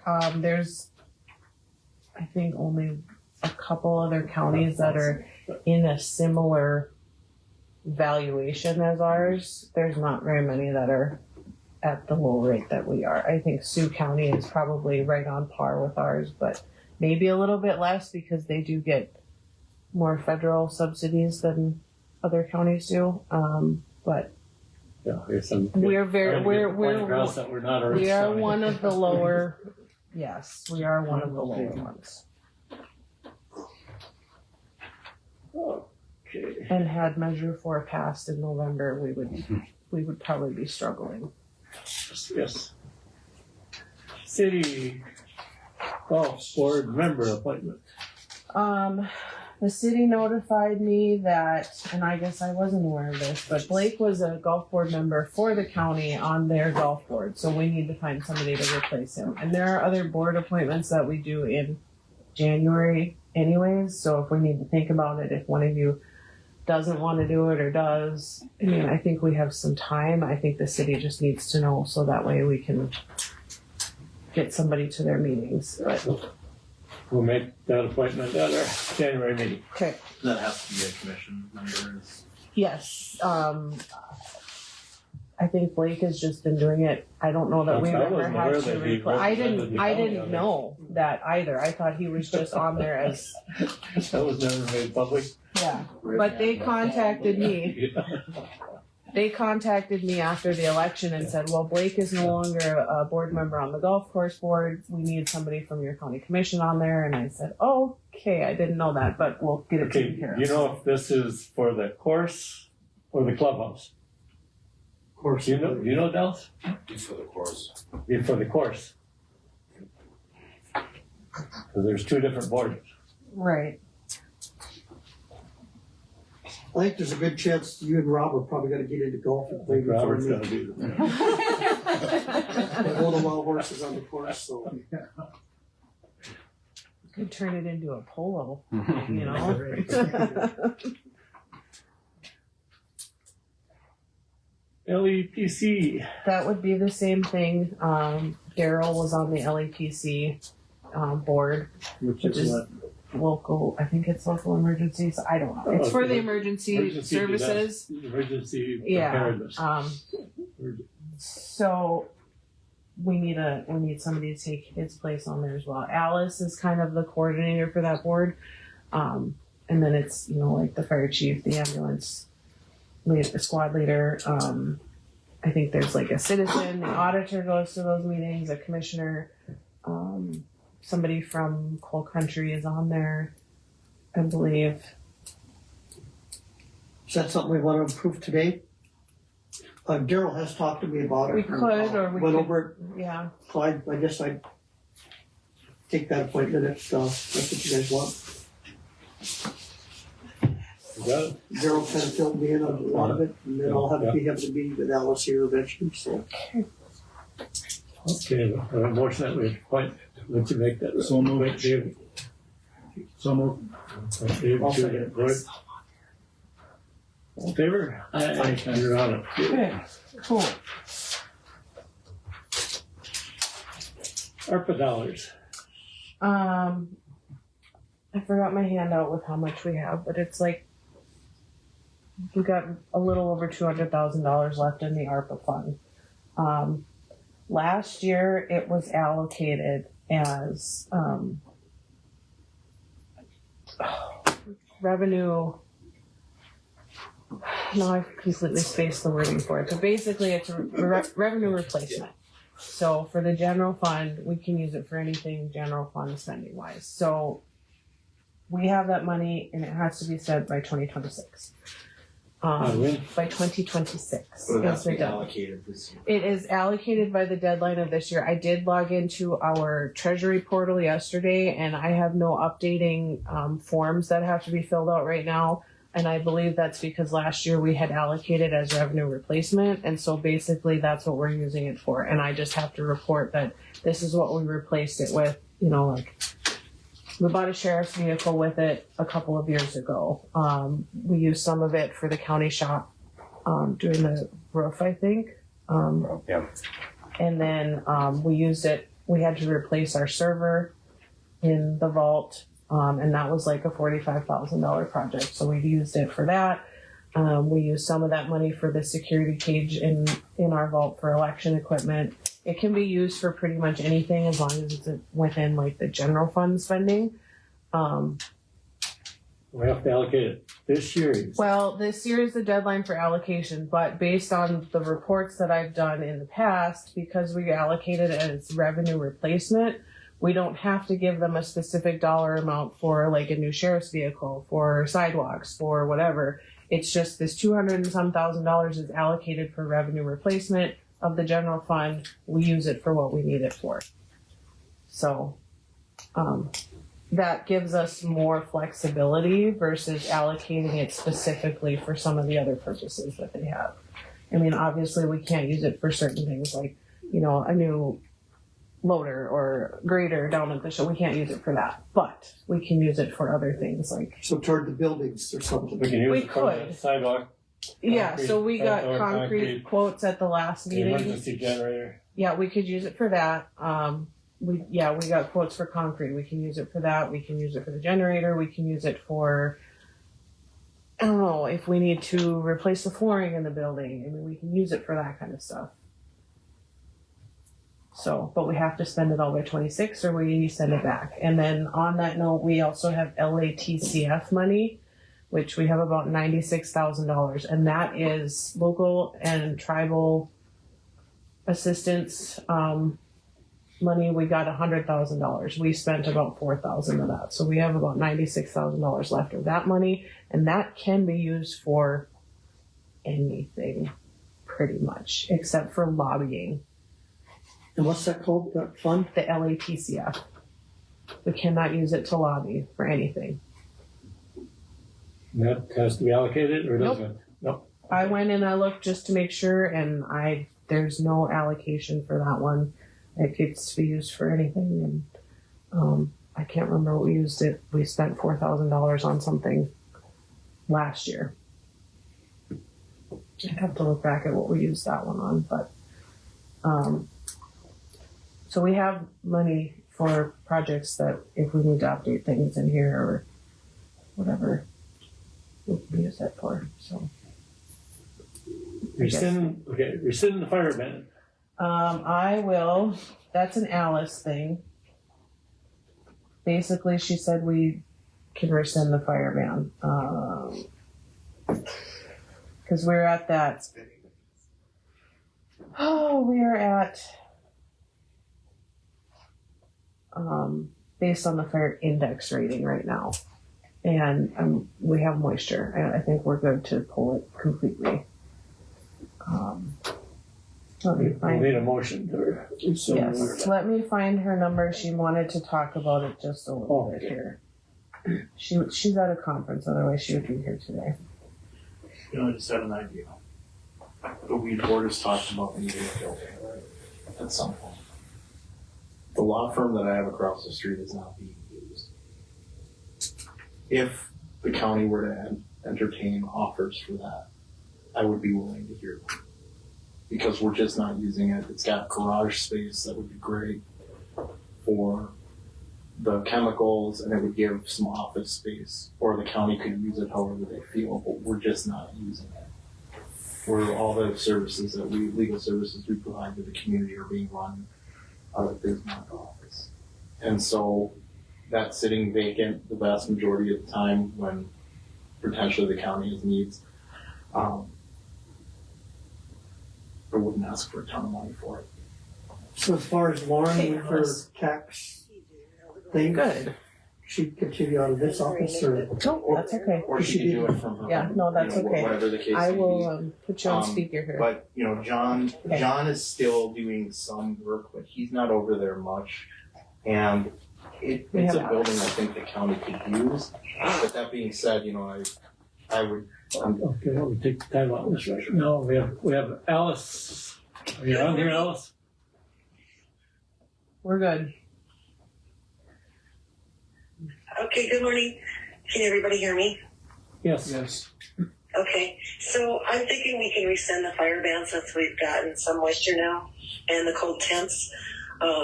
Basically, we would just ask that the public be well aware of this, you know, like the winds and stuff like that when they do burn. And then we do request if they're going to do a controlled burn, that they call in and let us know. But I think at this time we can rescind the burn ban. And then if things change, we can also, you know, put it back on if we need to. Okay, any questions for Alice? Okay, I'll move thank- we rescind the okay. burn ban. We have a motion to rescind the fire ban. I'll second that. And we have a second. Any further discussion? Hearing none, all in favor? Aye. Aye. Okay, we've officially rescinded it. Anything else, Alice? No, that should be it. Thank you, gentlemen. You have a great day. Thank you. Thank you. Bye. Anyways, just going back to what Yeah. I was saying, you know, if there's ARPA funds that need to be spent, it could be used for purchase of the building. I'm not saying that out of personal self-interest. I'm saying that because that building is not being used to its full potential. And I would like it to be used for something other than just sit vacant most of the time. So if the county You're has talking about the whole building, or are you talking about just the back end? in the whole building. So if the county has any interest in that, I'll entertain offers for it, and I'm not gonna ask a ton. Just an offer, you don't need to do anything. No. Well, I guess, working with the Golden Age over here at Senior Citizens, at one time they needed more room. So you're about 3 years too late, but, I guess I'll be going to that meeting here in a couple weeks. I could bring it up to the Golden Age even. One thing about the weed board, what they've talked about is unloading the chemicals. They need a forklift or skid steer. So they were looking at a higher roof building, but, I It's think just when they a- meet again, I'll bring that up. Yeah, I'm just, when I think about how much that building is being used versus, what it could be used to benefit the county or another local business owner if they wanted it. We're not visiting with clients there. We do have a fair amount of people we represent in Oliver County, and we continue to do that, and we continue to put the word out that we want to do that and to help people. But to have that building sit empty, when just my 2 cents worth. So if there's any interest on the county or any individual people that want to come talk to me about it, I'll entertain it. So Golden Age would be interested. Okay. Because right now, I would say that's probably 5 months ago, we worked with Lauren as far as the roof. The roof of his office overlaps over the Golden Age roof. So when they had it re-roofed here in August, I believe, it was had to go up your wall, the rubber. So maybe they're interested, but yeah, we'll keep an open mind on it. Sure. Let me know.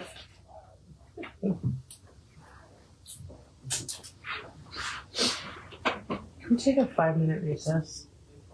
Okay, take a 5-minute break right now.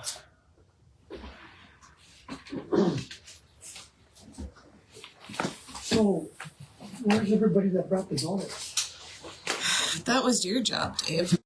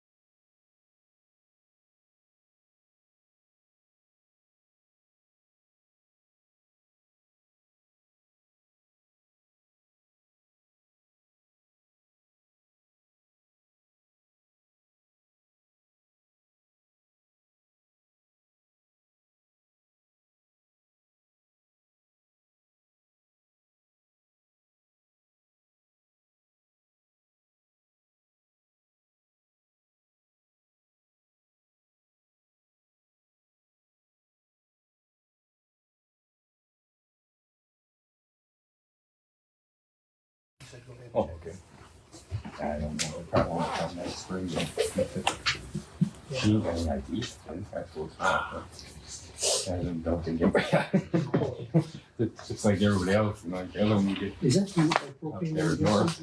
What's that? Here's what Yes. Uncle Ron, and I said, well, you got any idea? Yeah, there's No. a tank right off that base. Yep. Looks to me like they just dug in the side of the hill. Yeah, up there on that hill there, yeah. Yeah. And then the one, that's the one very close to the road there, right? Good old section. Yeah, that old section line there.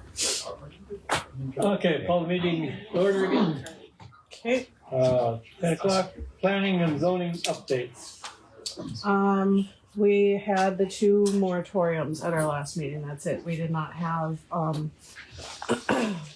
any permits, so we have the one for solar energy facilities and we have the one for data centers and cryptocurrency mining facilities. The planning and zoning board passed them unanimously. So that way we can, form committees and develop ordinances for those specific. Now, this is not saying that we're going to totally disallow anything. No, because Saying that legally we we'll can't. Prepare for it. Correct. Whatever is necessary preparation for it, which whether it would be zoning or Yes.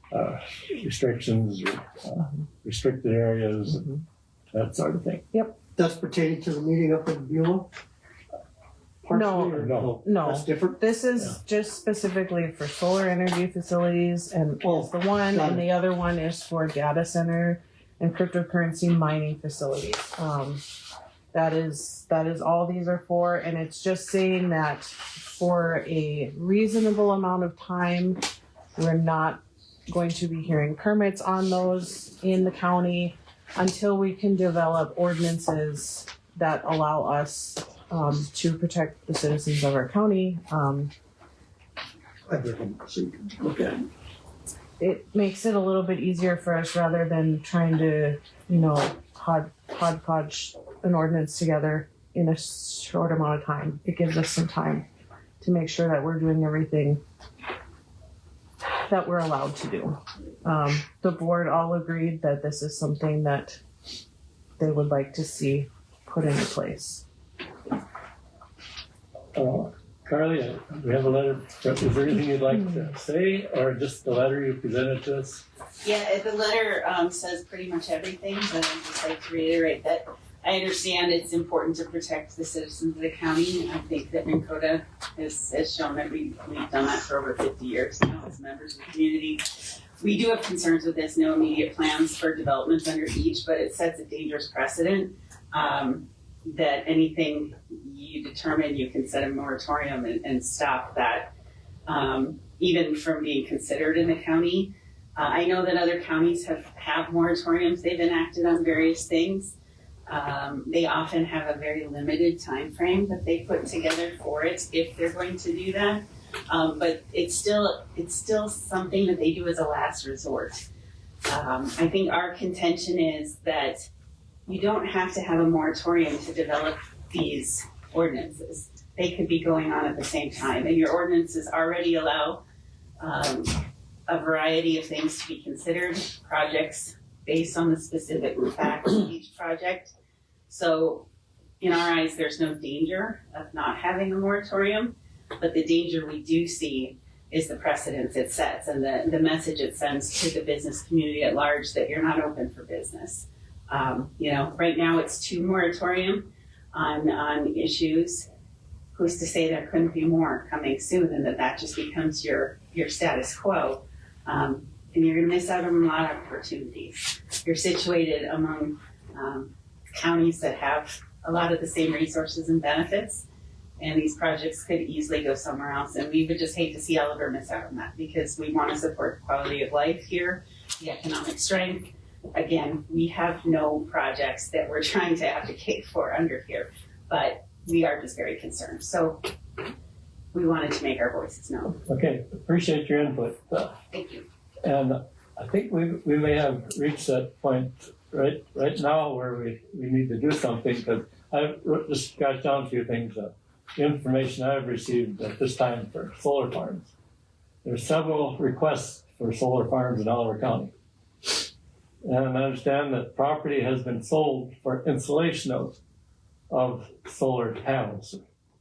And the county should be aware that there's an ag tax exemption. They're available for property development for solar farms. I'm not sure what that means, but I think what it means is they don't have to pay taxes on that land anymore. That's a legal opinion that our coal conversion counties have gotten from the state's attorney. So there's the things that we have to look at. For I think it's a good reason to establish these moratoriums at this time. Whether we want to put a expiration date on it, I don't know. I think it's hard to put an expiration date. I mean, just speaking from, being on planning and zoning and working with them, that was asked at the meeting was, well, how long are you going to put these into place? And, obviously we don't want to say, oh, it's going to be till we say no more. It was a reasonable amount of time. Obviously their plan was to begin working immediately on developing ordinances, forming committees so that we can work on this. So it's not 5 years. We're honestly thinking maybe 2 years max, but putting a deadline on it kind of, I mean, in their opinion, they said putting a deadline of a year on it could be too short of time if we have questions. And I mean, that's just what they're saying. It was legal for us to put a deadline on it after the fact. What do you mean? I mean, if we approve it now, there's no deadline on it. No, but I mean, deadlines have both negative and positive connotations to them. The positive is that it requires the committee to know that they have certain time to act on it. The negative is that it may not give them enough time to do it. With respect to what the law states about moratoriums, it has to be for a reasonable amount of time. But the intent is that, you're taking active steps to address the concerns that led to the moratorium. It's not something that you can just put on the back burner, right? That's where the county can run into trouble with it. So if the commission is going to consider a moratorium, from a legal standpoint, I take no position on the length of it or whether there should be one. There's positives and negatives to both. Just remembering that the intent of a moratorium is to, it just can't be permanent. It can't be lengthy. That's what opens it up to challenges, right? So with that in mind, you guys just need to make the decision that you think is best for the county. And the board did say, obviously, there's no plan to make it lengthy. It was, their intent was so that we do have time without pressure of a company coming in with a permit to develop some regulations that we are allowed to make as a county.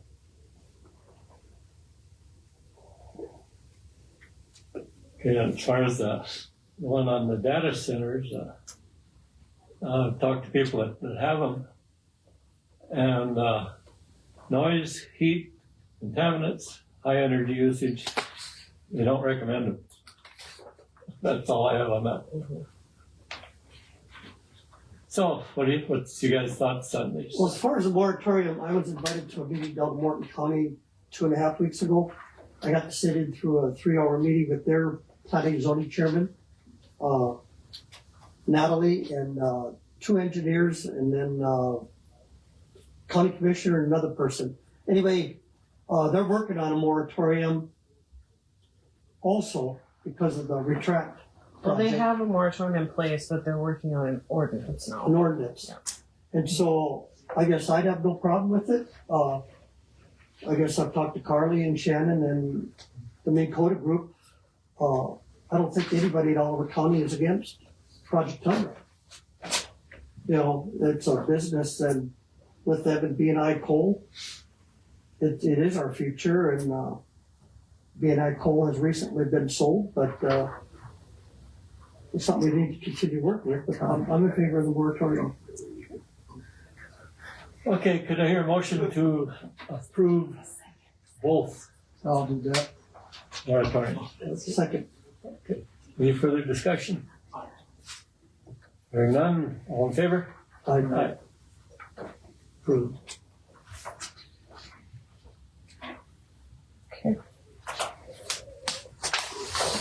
I just need you to sign the two that I gave you. I lost them already.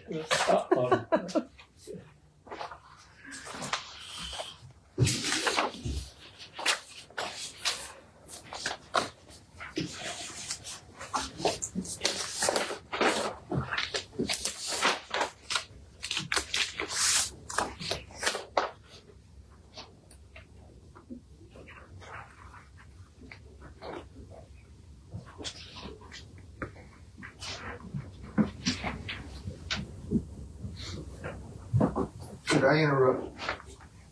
Just exactly is the definition of moratorium?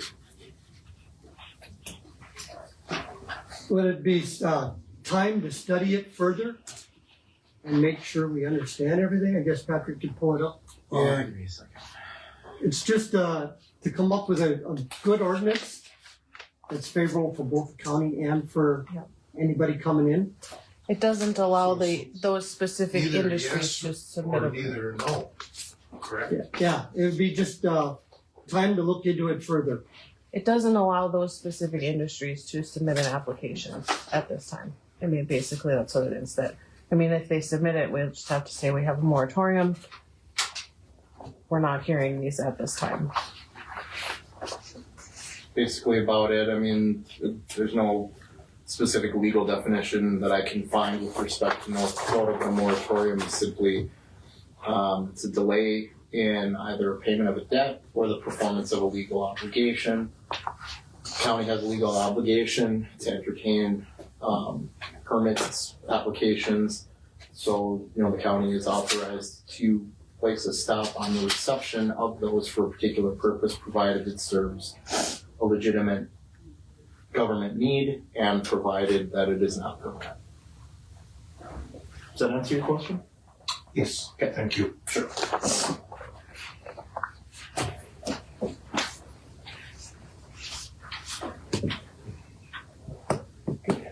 Here's Flat Rock, are you ready? Can we do the same thing for you? Okay, you can come on up here if you like, or do however you want to. You got a copy already?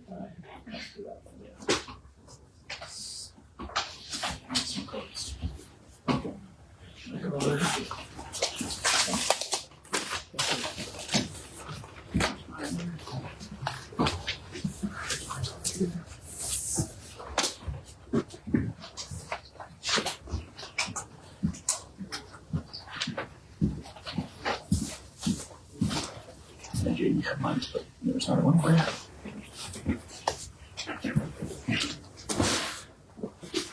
Okay, the floor is yours.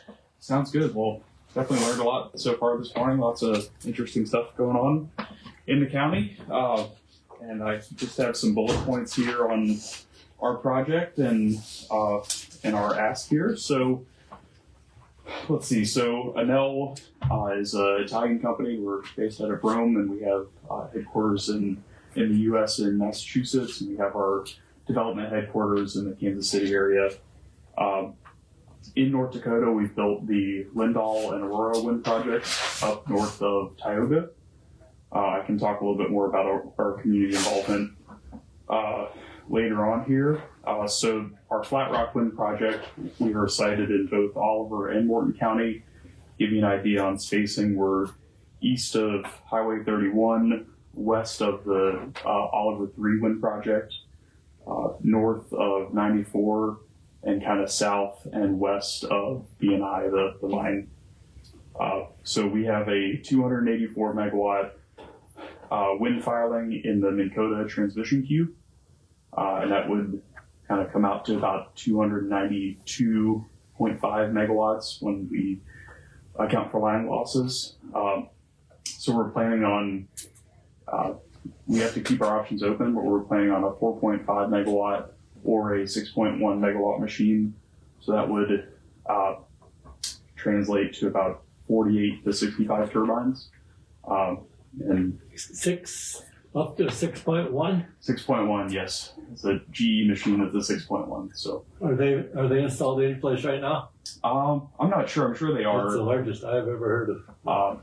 Yeah, we usually go with the larger turbines. Our project in Aurora, just north of Tioga, that was built in 2019, 2020 timeframe, and those are 4.8 megawatt Nordex machines. So we generally go with larger machines, so they're a bit taller and spaced out further. So Okay, you said the minimum was what, 4.5. Okay. So in our application, we'll have two different machines, but we have to kind of keep our options open just because we are not So you're looking at about 60 towers then? It would be 48 towers with the 6.1 megawatt machines and 65 towers with the 4.5 megawatt machines. Say that again. So it would be 65 turbines if we use the 4.5 megawatt machines only. And it would be 48 machines if we use the 6.1 megawatt machines. Gotcha. Okay, thank you. And sometimes they do some swapping of both, but all of our setbacks are accounted for both sizes. So we also have our collector substation will be sited in Morton County, but our transmission line is about 13 miles and goes up into Oliver County and connecting to the Square Butte side, or excuse me, the Minnesota side of the Square Butte substation, because there's the Minnesota Power side there too. So we started leasing in 2021. I actually moved up from Louisiana for about a year and a half during the early stages of our project. We got a good chance to meet the vast majority of the landowners and have created a lot of good relationships up here, and it's been really nice getting into the community. So now we have about 35,000 acres under lease, representing a few hundred landowners altogether. Most of everything's in trusts and life estates up here, so there's lots of partial owners. And then we have more than 13 miles of transmission right of way as well. So right now we're at a point where we're getting ready to submit our county and state permits in, I'll say, Q1 of 2025 here, so coming up pretty soon. We're just working through the next iteration of our design and finishing crossing our T's and dotting our I's. So actually McKenna's been leading the charge on our putting our permit applications together with our consultants, and we should be able to give some more updates there. So if we follow the similar timeline of other projects, we would expect that we would have county permits from both counties sometime in the spring of 2025 and state permits in the fall of 2025. So at that point, we would have a start of construction in the fall of 2026. If we would do a two-season construction, if we would do that, it would be roads and foundations work first, and then have the full construction season in the summer of 2027, with the plan to be fully plugged in with our commercial operation date at the end of 2027. So that 2027 timeframe would account for turbines, permanent met towers, the substation, transmission line, anything that involves steel and concrete. The life of the turbines is about 25 years. We as a company have committed to recycling all of the components of our towers, so that's a really big thing I think we can hang our hat on. All of our environmental studies and cultural studies are complete. Like I said, we've got a few things we might have to spot check if we do some small changes, but we've got the vast majority of that done. And then we got our determination of the hazard from the FAA. It was a couple months ago now, but that was a major point of progress for us. So I want to touch on our other community involvement as well, but do you have any questions on the project as a whole? I know I just gave you a lot of information. Well, one for right now, you mentioned after life expectancy, 25 years, what do you do with the blades? Have you figured out Yeah, there's recycling or whatever? Yeah, there's quite a few different ways to approach it. Either reusing it. I've seen everything from bus stops to bike racks to I think a guy was using one for a cattle operation. But I think the bigger thing is to be able to grind up those blades and put them into pellets, and those pellets are then made into palleting, decking, and things like that. So good to hear. 'Cause Yeah. it's always been a negative for you. Yep, see it on Facebook all the time. Yeah. So yeah, I understand, and I think that's a really good thing that we're standing by. So if you're looking at grinding, you still got the rebar to deal with, right? So we would, so the state requirement is to cut anything 4 feet and higher. So we would leave most of the pedestal, but we would cut everything above 4 feet, just because it would be more detrimental to take everything out. Okay, and then a couple years ago, I had talked to the Minnesota Power people over here by New Salem. They had to replace all their bushings. So I'm going back to what Lee had said. I haven't heard of any that big.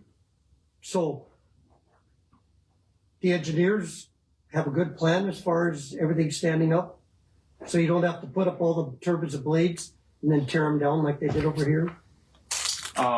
I hadn't heard about that before, but we have warranties through the manufacturer, and usually kind of depends on the situation, but usually they'll have techs from the manufacturer that come and stay along with those turbines for a given period of time, and then sometimes the parent company, so Enel might take over the general maintenance of those, but they're machines just like a car or tractor or anything like that. You have to maintain them, and the better you maintain them, the longer they last. So then the life of the blades and the turbine, you think can last 25 years? Because I know the ones up here right up north didn't last 20 years. So the blades do deteriorate with time and the element. Yeah, I know they deteriorate a bit, but our understanding is that 20 to 25 years is the general time frame for them. And then sometimes they have to get replaced if they're broken in any kind of way or get struck by lightning or anything like that, and they'll replace them. Okay, then I know on your phone call we talked about roads, which is getting to be a big issue. I guess I just want that on record that I've talked to two of the landowners that are kind of figured to be in that area, and I guess they have the same concern, compared to what's going on over here to the west.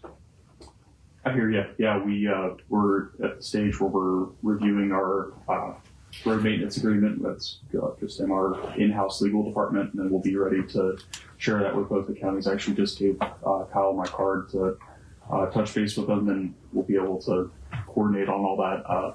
It's good to hear that Darren Hoger's got gravel. Actually had a conversation a couple of years ago. Leonard Hyde, who recently passed away, he said they had some of the best gravel in the county. What he said on some of the land that we leased from them. So might be something we could discuss with Alma or someone like that later on.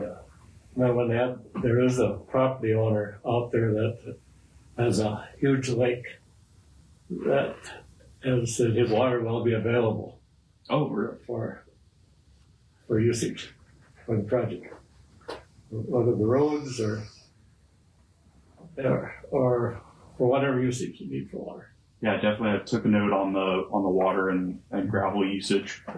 So usually the EPC contractor, which would do like Plattner would be the one that would coordinate all that. But Enel being a developer, owner, and operator, we would be helping with that as well. So definitely something to take back, and good to hear at this stage for our project.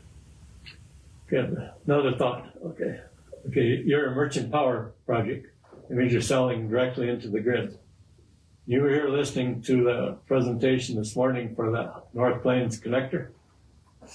your transmission line running to Dakota Power, well, I think the way it looks on the maps and all that, it's right close to where their transmission line is going to be running in to Dakota Power out here at Center.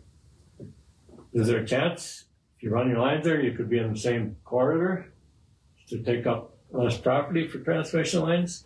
Or is there also a chance you wouldn't have to run your transmission line, you could tie in down in that St. Anthony area, which would be a lot closer and virtually no transmission line where they have their substation down there? Not sure where St. Anthony is offhand, but our interconnection agreement is only for the Dakota side of the Square Beat substation. So we already have the bay that we're thinking we'd be plugging into. Yeah, just curious on that, whether that's a possibility. I think one of the biggest time constraints for wind projects and any kind of new energy projects is the interconnection timeline to get through that process. So that's what we see across the country in all our different projects. So now I can give you some bullet points from our creating shared value or sustainability team. So just these are all the things we've done in North Dakota so far, namely with our Aurora and Lindahl projects up by Tioga, and then with Flat Rock. It's mostly been with Morton County so far, but I would really like to start working more with Oliver County as well. So we've sponsored the Morton County Fair 3 years in a row. We gave a donation to the New Salem Saddle Club to help with some of their renovations this year. In the last 5 years in Tioga, we've given $20,000+ to support STEM programs. We've also sponsored the Tioga Drone Camp for Kids. 2025 will be the 9th year of support. So it's pretty cool. All the kids get to learn how to fly a drone responsibly and then take that drone home with them. So really good STEM programming. We also sponsored the New Salem Tech Camp for Kids. This year was our first year, so July of 2024, as well as the Stanley Tech Camp for Kids. We recently started working with Bismarck State College.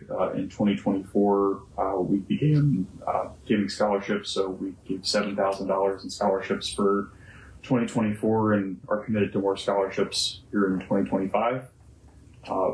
Another big thing, personally, I worked in the oil field before and have since come on to the renewable side after COVID. But in 2022 and 2023, after COVID and affected the oil and gas industry quite a bit, Enel supported a $25,000 grant to create a reskilling program for oil and gas workers and others affected by COVID in the Flat Rock area, as well as up in Tioga.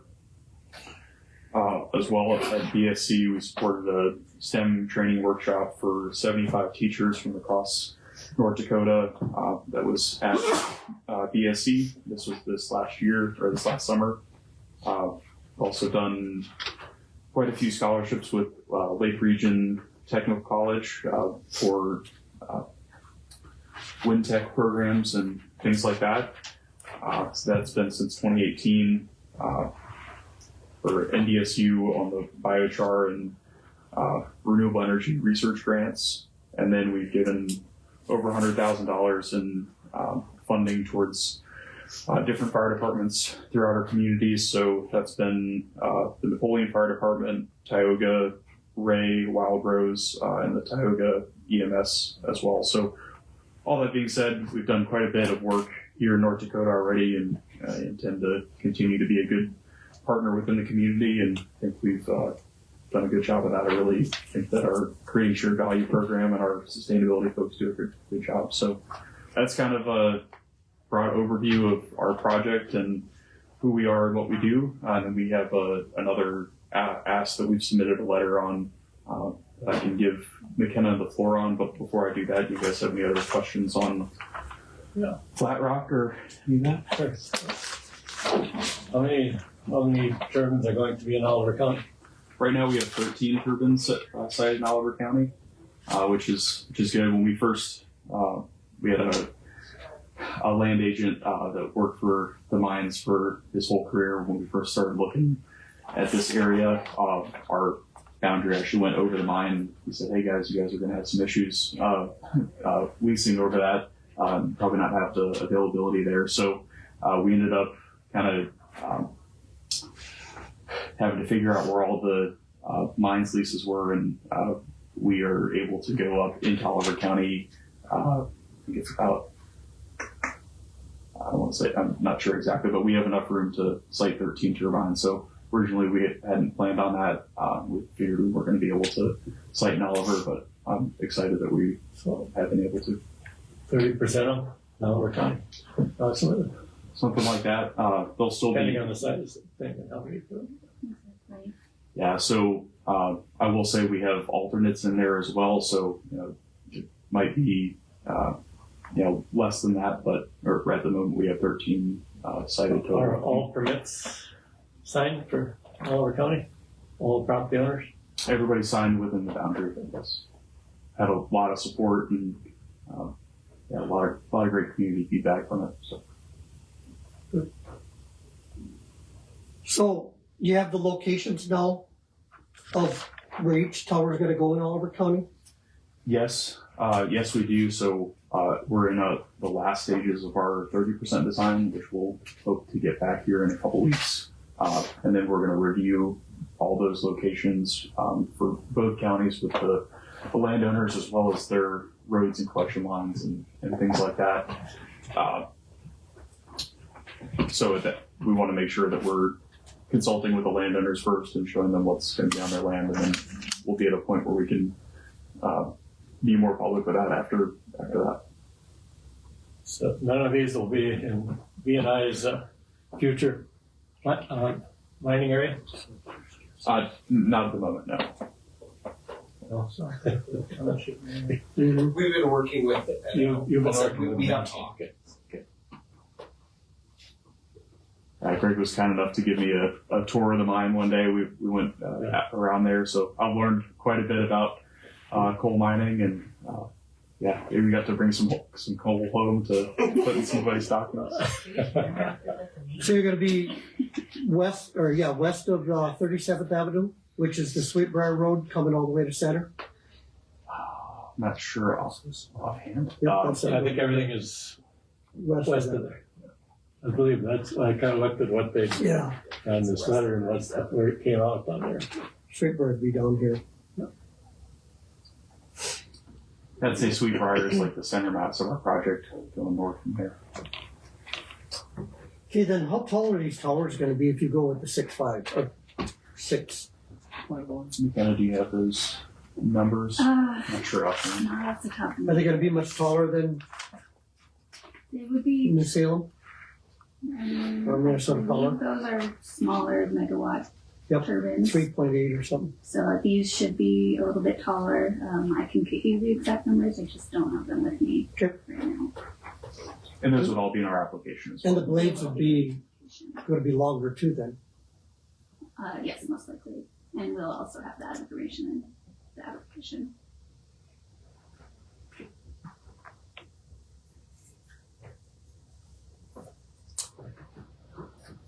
I don't. Have you more questions, Dave?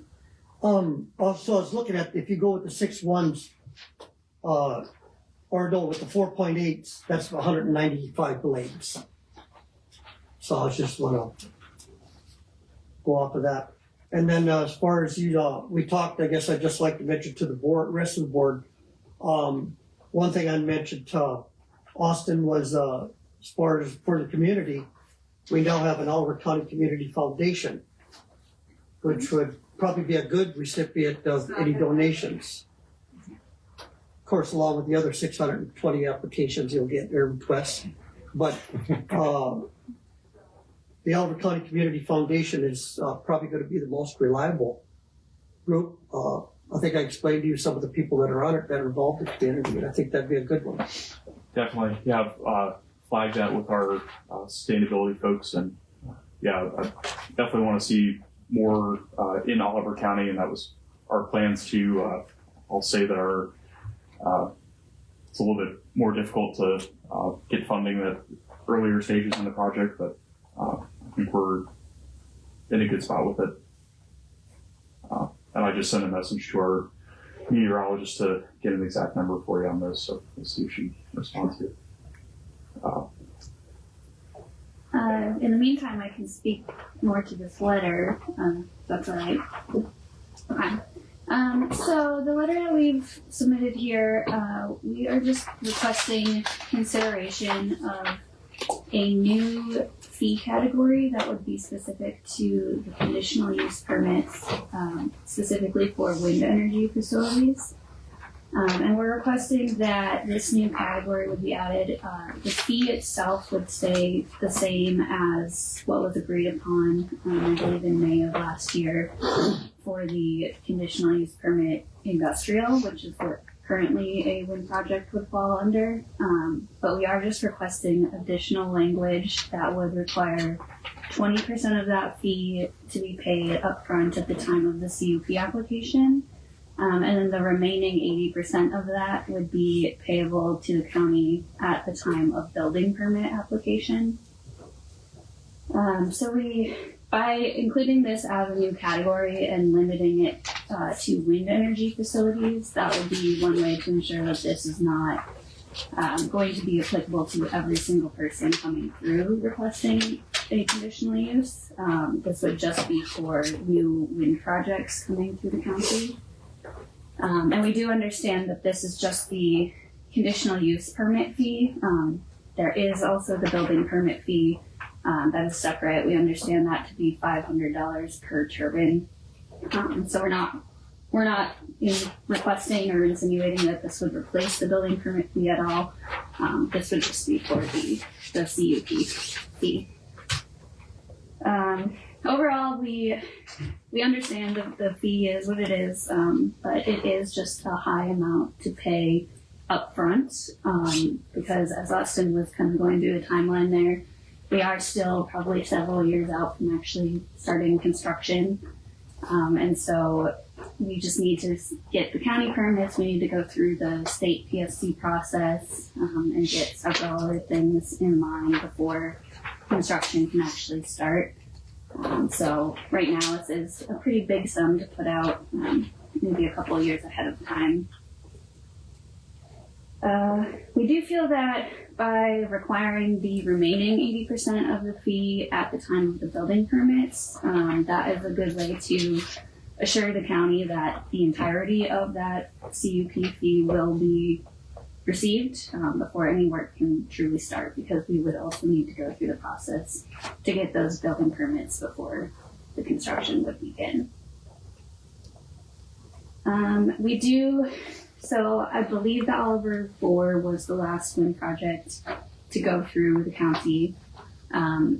Their fee was significantly lower. I do understand that the fee at that time the project went through was different for the fee schedule. But looking at what they paid and what we would be proposing to pay with the 20% down at the CUP application time, we do still feel that that 20% fee would be more than enough to cover any sort of administrative costs in getting the CUP application reviewed and processed up front.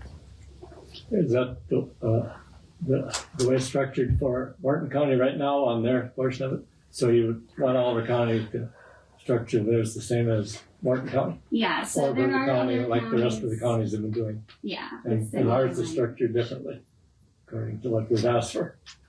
Correct, yeah. I see no reason not to change and do as the other wind farm operators are doing, and as the other portion of this project is doing. Right.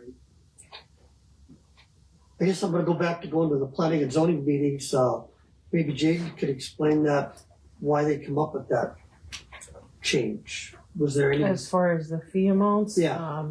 It was just discussed at length. That was just what I don't have a real good reason why they decided that much. I want to say that it was one and then it went to a different one, and it's always kind of had that 0.001 times the total cost of the project in there.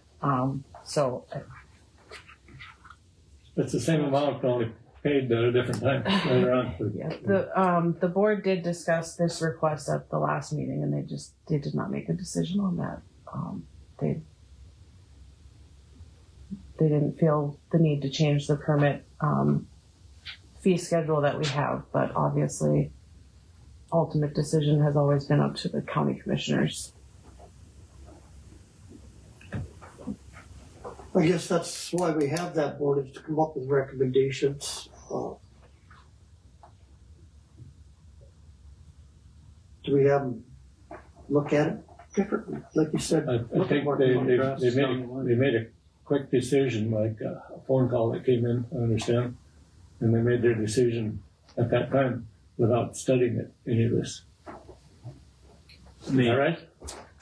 Well, we talked about this at 2 meetings, actually. The October and the November meeting. The first one, they said no change, and then this last one, we got more information, and they still decided not to change anything.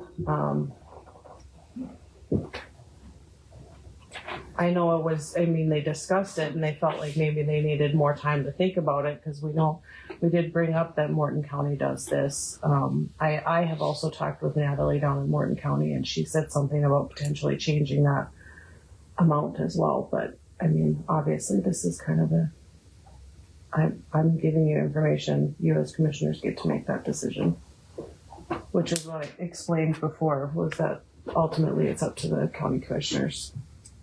I think we're not losing any money. It's just our money will come at a later time of the project. If I understand it right. But, yeah. Yeah, we're not requesting the fee itself would change. Just the delayed payment. I think my feeling is we should go along with what Morton County is doing, to have it all the same, because it is one project. Well, you were requesting this like a 20% down payment, and then at the time of building application, you would pay the rest of it, right? That is what you're requesting. So it's basically what Morton County does. They have $1,000 down payment or upfront fee, and then they pay the rest after. This wouldn't be changing the actual fees itself. This is just the payment schedule, correct? So the 20% down would be more than the 1,000 down payment that Right. Morton requires. Do you need that decision today? I guess while I'm still going back to the planning and zoning, if they could redo it, are we going, why do we have them if we're not gonna go with the recommendations? In a way, I've tried to look at both sides. Do we have them look at it again and then address it, or I guess that's my question. I had just gathered from the meetings that they wanted to defer to the commissioners from those, but we're not open to anything. The one comment that was made at the meeting was that we can't pick and choose. Like if one company comes in to planning and zoning and says we only want to pay this amount first and then the rest later, we'd have to do that for every company. And then that is why they said to have the companies come to the county commissioners for that ultimate decision, because as planning and zoning, we can't just say, yep, okay, you guys only have to pay this amount up front, but then the next one comes in and they pay it all up front right away. The board said we don't want to pick and choose. That ends up being a decision the commissioners have to make, and the company has to come to you to ask for that, which is what they're doing. We were just trying to, I think they were just trying to keep it the same for everybody. Mm-hmm. And we're open to that as well. We just wanted to make our recommendation as a wind project. But I'll say one of the things we're tracking is we're just wanting to make sure that we can get the funding approved, internally, and we can get checks put together, which is kind of a lengthy process for us for reasons that are not y'all's fault at all. But we are just tracking that and want to make sure that we have that ready to go for when we submit, and we're hoping sometime in the next or the first couple months of the year. So You're willing to take it to the planning and zoning? Well, I think that's why we have the boards. I think if they would look at adjusting it, to look at it change it to match Morton County. I think if they understand it, they will. Situation. As long as it works for you guys, because then next meeting we will definitely have an answer. If that's as long as we're not holding up your project, but I don't want to override what our other boards are recommending. You know, once you start doing that, people are going to say, "Well, why are we even on the board?" Yeah, understandable. Like I said, I think I gathered that they were wanting to just defer, not to make a recommendation or a denial, but just wanted to defer to the commissioners since it's your choice at the end of the day. That's essentially what they were doing, Yeah, it's was kind of- deferring to you Me too, but for this but I specific have no decision, problem. because we met on If it it doesn't hold up twice. the project, I have no problem if you want to go back to them and just explain. So if the board has no problem with it, is that your opinion? I then? mean, they basically said that they're deferring to the commissioners. The board has discussed this twice at our planning and zoning meetings. Both times we've come up pretty much with the same answer. We don't want to pick and choose who has to pay what, but that it ultimately rests with you as commissioners whether or not you would prefer to allow a company to come in and request to do that, or, you know, simply change the fee schedule yourself without the board, you know, making that specific decision. If you as a commissioner are okay with like a 20% down payment like Anel is requesting, then we change the fee schedule based on your recommendation. Because then it would be for everybody. Then it would be, well, their request is specifically for wind energy facilities on conditional use permits. So if you make the decision to allow a 20% down payment specifically for wind energy facilities moving forward, that is what we put in the fee schedule. But then we'll have other industries coming in probably requesting the same thing. Is there any other wind farm companies that have this, or is this solely for this company? You're asking to create a new fee schedule for wind energy, right? Are there any other wind energy companies that we're currently? There is one company that I believe is wanting to come into the Northwest, but they have not approached us as far as permit fees, application timeline. I just know that they're in the beginning stages of in the Northwest portion of the county. They have not come in and questioned fees or anything like that. These are the only two that I know of right now. And nobody has ever come in with a request like this before. So I guess I see no problem with it, other than I'd definitely like to approach planning and zoning on it and get them to change it so it's done respecting their opinion. You know, I don't want to come in and start overriding everybody's. But I can see your whole point, and I guess I kind of agree with it, but I'd like it that they make the decision as their recommendation, so we're not overstepping. Can they make it somehow that it would have to always concur with an adjoining county if it's going over county lines? I guess I don't know. I think if it's going, you have to also respect that each county has different opinions on different projects, and you know, if Oliver, you know, wants to do it one way, we don't want to say, well, we're just going to do what Morton County does, because we catch a lot of flack for doing that sometimes. Anyways, You guys have a meeting, you don't have any more meetings planned, or you do it the next week? December 19th meeting, it has been we don't have any permits on the docket for December, so we were discussing potentially not having a meeting. But if the commission wants us to have a meeting, I just have to inform the board that we will continue to have our meeting. But at this point, we were potentially going to not. But Just out of curiosity, why would? Yeah. I'm just personally curious why the commission would make a determination that wind energy deserves a special series of fee scheduled payments on this, as opposed to the other companies and other industries that come in. I'm just curious why that your request should be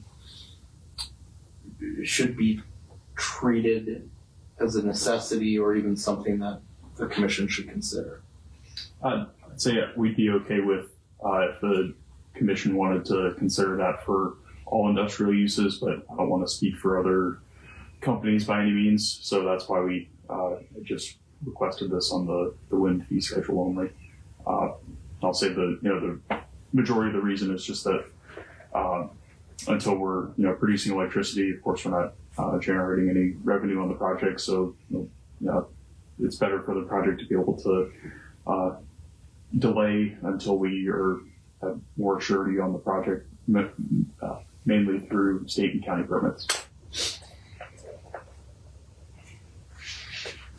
Going back to your thing, Pat, I guess all projects would use that same evaluation. It's that slippery slope argument. It could happen, it couldn't, and that was my point. And then, and then it raises the specter of are we giving favoritism to one specific group in order to entice them to do this? And that is an argument that was brought up at our planning and zoning meeting, which is why we said in this specific case, we are deferring to the commissioners. If you want something different than everybody else, you have to come to the commissioners and ask for it, because the planning and zoning board has what our schedule of fees is.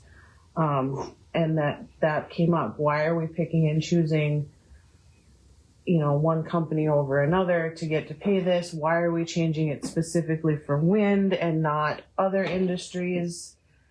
That is why we, as a board, they came up with that specific decision to defer to the commissioners for this request. I tend not to buy into slippery slope arguments, but I do see how this could be interpreted.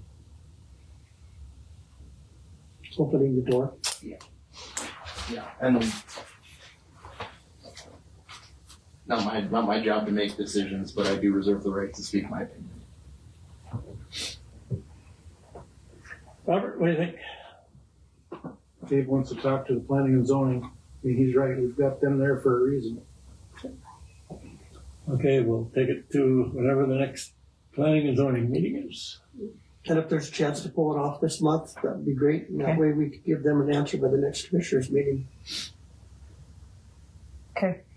How much money, just on my own personal curiosity, how much money are we talking about? You put a certain amount down. What's the overall anticipated fee that The upfront money instead of later.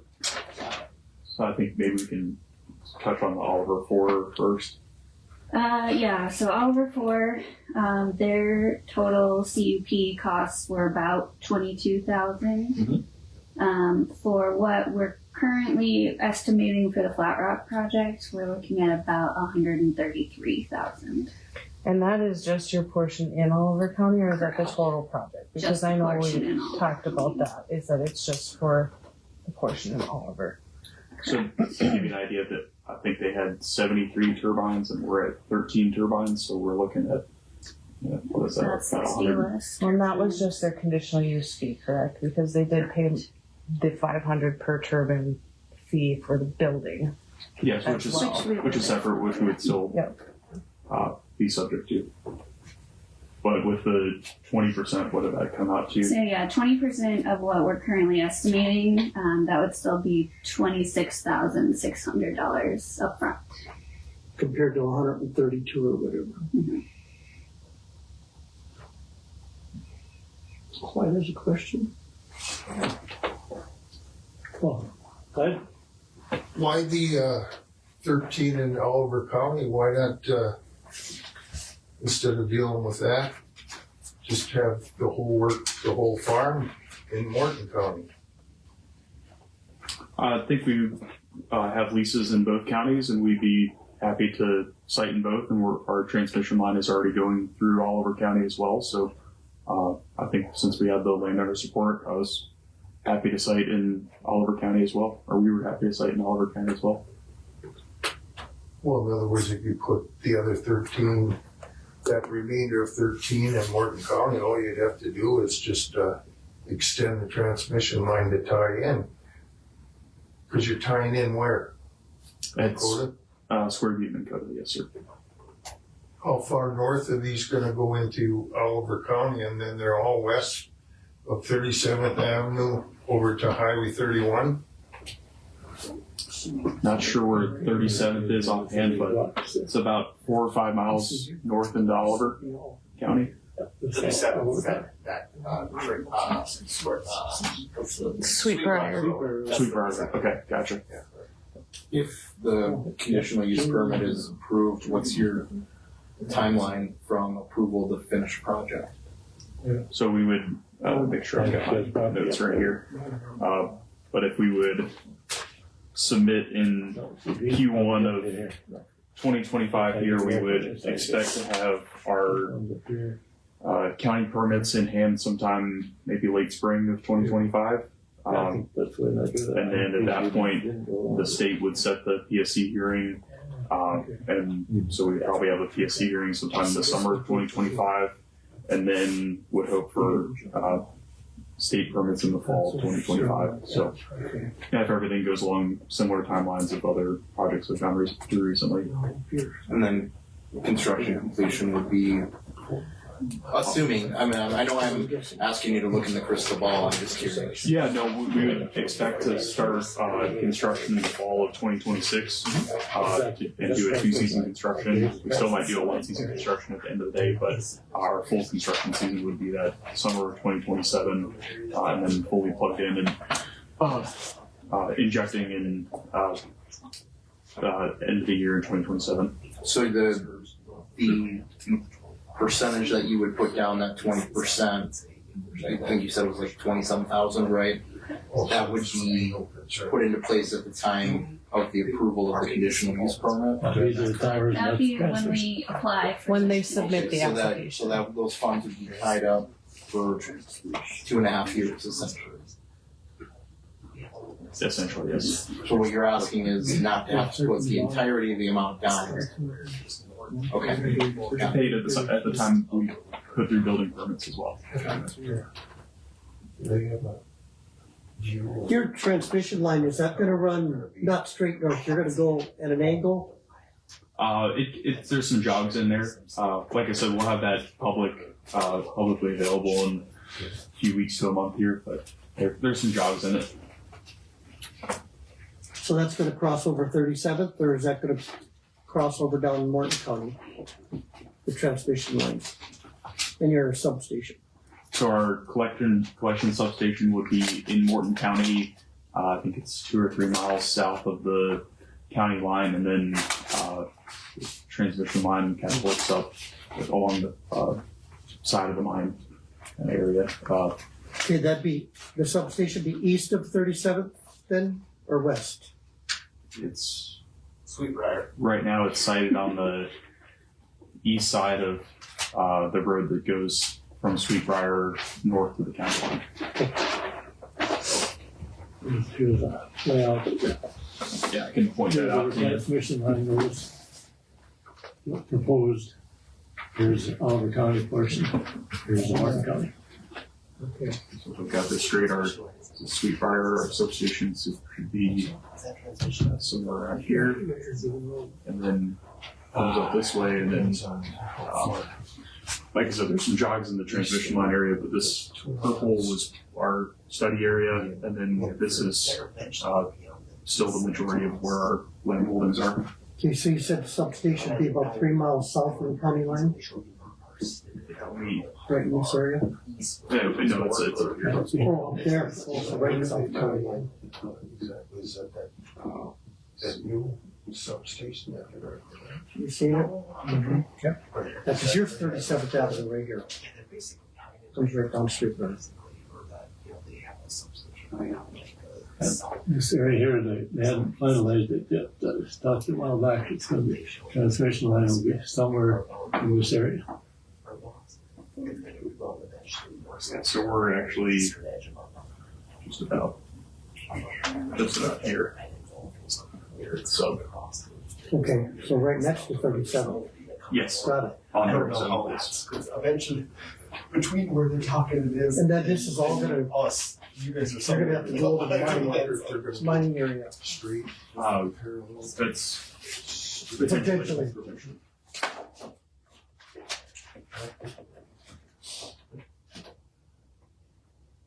Okay.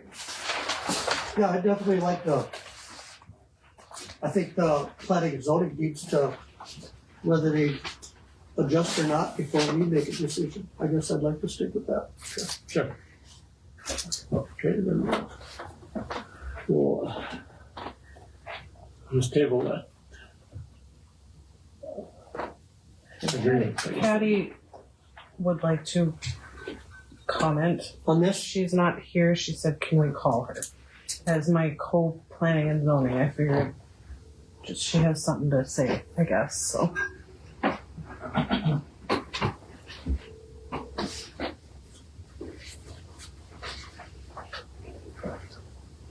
Are you here? Can you hear me? On. Can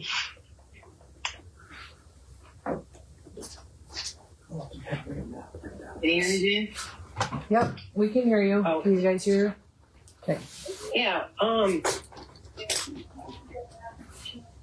will. Thank you. Okay, thank you. Sorry guys, I'm getting the crowd. I was just gonna put in there that, like, we already with, planning and zoning did a fee schedule, I think twice, Jaden, is that right? Yeah. And we already came up with the fees that we wanted. And what we discussed these last two meetings was with this fee, different, I just think it's a waste, I don't want to say a waste of time, but for us to go through it again, we're going to come back to you guys saying the same thing. You know, we want to keep everything the same. You know, our fee schedule's already set. So if any company wants different payment terms per se, they should go to the commissioners directly. That was our recommendation, because we feel that it doesn't need to be, the fee schedule itself does not need to be changed. Does that make sense? Mm-hmm.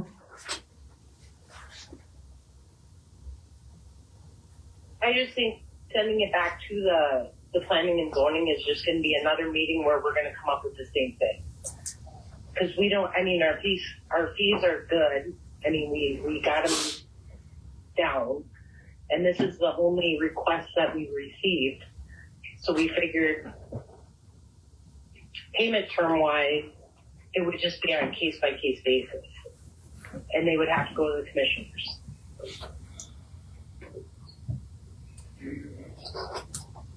So that's what we are requesting, or that's what we recommended to you guys, was our fees are good, but they want different terms.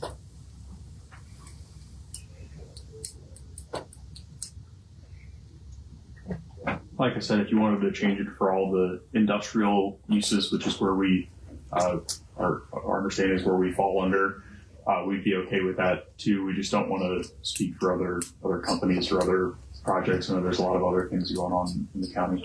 Well, again, other industries are paying these fees no problem. This is the only one that we've come across. That's why when we did discuss in the planning and zoning meeting, is we don't want to change the fees, or we want to keep everything the same. We don't want to say, for wind industry, you get this. For this, you get this. That's why we have that fee schedule set. So this is the first request that payment terms are done. So that's why it's like, that's our recommendation, is for them to go to you guys for different payment terms, because their fees are set.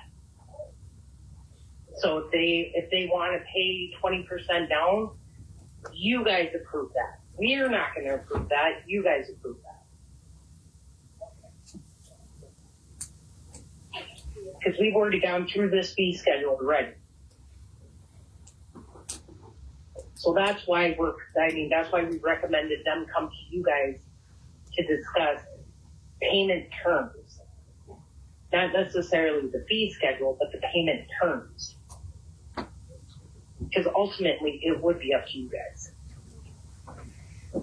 Well, I guess they put the time into it. I guess I don't feel comfortable overriding their decision. Yeah. We didn't make a decision, Dave. Like, No, but Well, other than, recommendation. yeah. yeah, we didn't make a decision saying that. I mean, the decision we made that you guys will not, that if you're thinking about overriding, the fees are there. They know what the fees are, and they're going to pay those fees. So you're not stepping on our toes in that sense. The whole thing is how they're going to pay it or when they're going to pay it. That's a completely different thing. You know, you're not stepping on our toes because we're like, okay, this is what they have to pay. It's up to the commissioners if they want to pay it on 20% down or by this time or this time. Well, what it comes down to is if they change it now for one, everybody's going to want the same. So that's where we have to respect the planning and zoning. And Putting the planning time and into it. zoning recommended to you guys from this last meeting that our fees are going to stay the same. Everything's going to stay the same.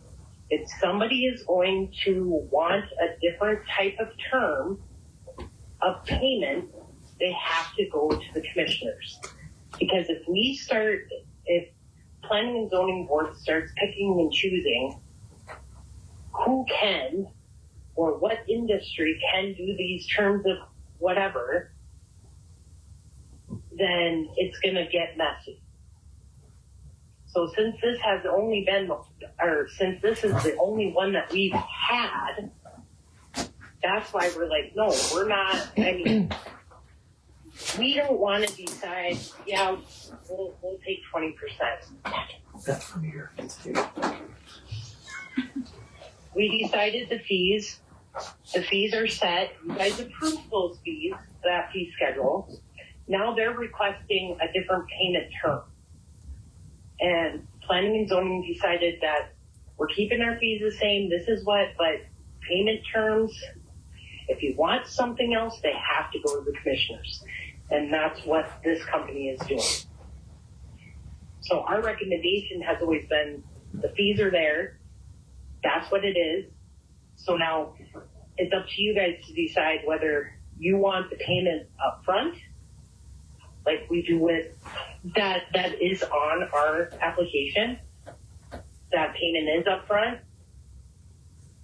Or you guys change it for them in this particular instance to whatever you agree to.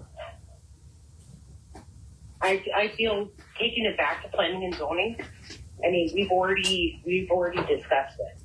Okay. So, and our fees are set, and we are abiding by what our application states, which says payment is due at the time, and that's what we're doing. But if anybody wants to go ahead, and this is what we discussed, if anybody wants to do different payment terms for those fees, they have to come to the commissioners. Okay, so I guess I understand their point why you want to do it, but on my behalf, I guess speaking for myself, I'm going to support what our planning and zoning has come up with, and that's why we've asked them to be on that board. No, and I get that, but I'm saying, our recommendation is that the fees are set. Yep. We're going with the application. So now they want to do payment terms. It's not ultimately up to us about the payment terms.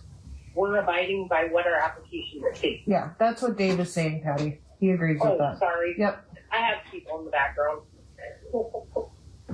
I'm like, my right side of my mouth is numb too, so. So I think we're talking, 90-some thousand, just over 100,000 difference. Something I'm like down 132 to 24 or something, or 26 What would the timeline difference be? from, the building permit What or would the whatever. timeline difference be? So the conditional use permit application would be sometime in the next few months here, early spring 2025. Building permits would be closer to the start of construction, which is like fall of 26. Fall of 2026, but it could be early. It's probably spring 2027, just before they start construction of the turbines. A but- year and a half. About a year and a half.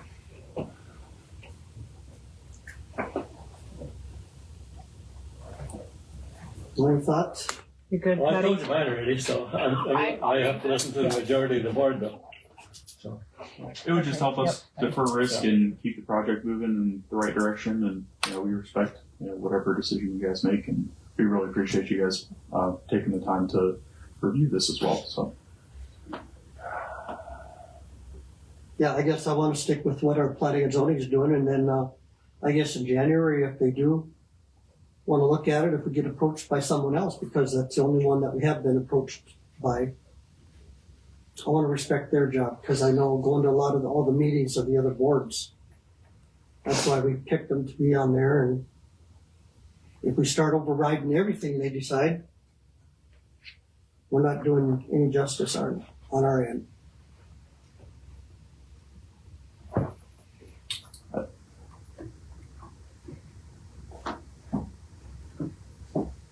So we're making no decision on it, we're taking it back to the planning and zoning. And Dave is going to be there to explain to the planning and zoning. And if they're I not got gonna, that right? if they're not gonna change their, if they wanna leave it as is, I guess that's what I'm gonna support. Are we really taking it back to planning and zoning? Well, I Because don't we've know if just we had have that to. long Yeah, conversation. She just said that. We don't need to take it back She to just told us planning we and don't need zoning. it, but you guys wanna do it, we'll take it back. No, Dave I is have no Dave problem is with what you literally guys just wanna do. saying that he agrees with what planning and zoning is saying, that we're not changing our payment fee schedule, we're following what the application is saying. You're saying you're okay with doing a 20% down payment. What does Rob say?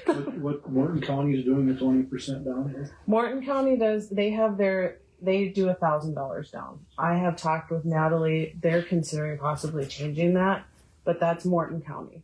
I mean, I don't think we should be doing what Morton County is doing. No. We're Oliver County, Right. we do what we do. But ultimately, you as commissioners have to make this decision. We don't need to take it back to planning and zoning to rehash it, because we said we're going to follow what our application specifically says. Case by case basis, you as commissioners can decide if a company should pay 20% down, 30, 10, whatever. You decide that. But the company has to come to you like NL is doing right now, requesting that, deferring from what our application says. I guess I don't have a problem taking the 20% and getting it done with. As long as I don't want to second guess the planning and zoning people. Well, and As long as you're Patty- not second guessing Patty necessarily. sounded like she was okay with what we're. I mean, you are the ones that make that decision on a case by case. If you're doing it specifically just for NL's request, there will be other companies that will probably come with that same request. And then I think that's when we revisit adjusting what our fee schedule says as far as when payment is due. But at this point, they're the only company that has come to us requesting this. Will other companies? They may. They may not. Every If one the of them app, will. I mean, well, Every one of them. I'm sure they will, because like you said, it's a slippery slope. But That's why planning and zoning would have to relook at it and readjust it if we do would for have one. to specifically change that it says 20% payment due at time of application, the rest due. That also puts you in a position of being a bill collector too. Well, yeah, that gets very frustrating on our end when we actually have to add like a special assessment to people's taxes when they don't pay their permit fees. I don't know how we do that for wind companies who don't actually own the land. Do we tack on interest if we don't receive payment in a timely manner? I don't know. But then that falls on planning and zoning to assess an interest fee or come after them, and that's Patty and me having to do that. That doesn't have to be paid before construction starts. Well, it should be. It most certainly should be. Well, that's the way I'm interpreting it. Yeah, I mean, That's what we're proposing. I would imagine that the county engineer and auditor, or whoever's tracking the payment would, discuss with each other and make sure that payment is going to be made at the same time as the bill, or the remainder of the payment would be due at the same time as the building permit. So understand it would be a little bit more to track, but I think At the time of application of building permit, not at the approval of a building permit, right? Is that what you're saying? Time of Okay. application for building permits. I mean, it most certainly needs to be paid before they start doing anything, but, Agreed. yeah, and we would agree with that too. because then you run into, well, what's the point of getting an application if they can just go out and do whatever they want to do? And we'll have reclamation bond with the PSC and all sorts of other things that are going on with the state. So I don't see that it would be an issue, but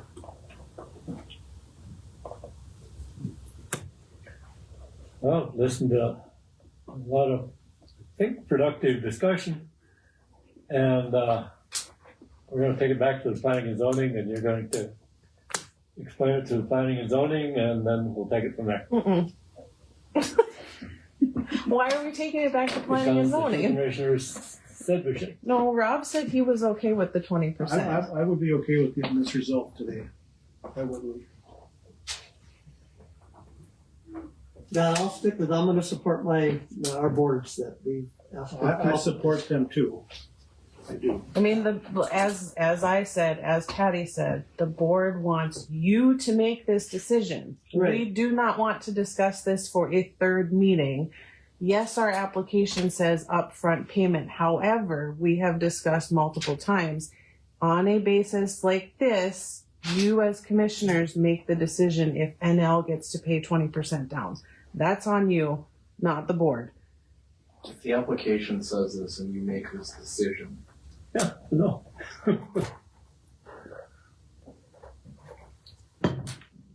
The application does state it's upfront. The application states payment is due at the time of application. And If do we it, open the need door. to edit the Then- application, then I move that this is not gonna happen. We have to follow what's on, I mean, that's the application that was filed. I would move to abide by that, whatever the verbiage would be. And I'll Okay, second okay, that. we have a motion. I second. And that payment Beginning is of- due at the time of application. Correct. Okay. the proper wording on it. You second that motion? Yes. Any further discussion? I'm not even sure you should take a vote on it. It's a non-issue, isn't it? I mean, the application already 'Cause says, it's already in It's already in Yes. verbiage is there. so we don't Well, we even have- need a motion. we have It's to already prove it. there.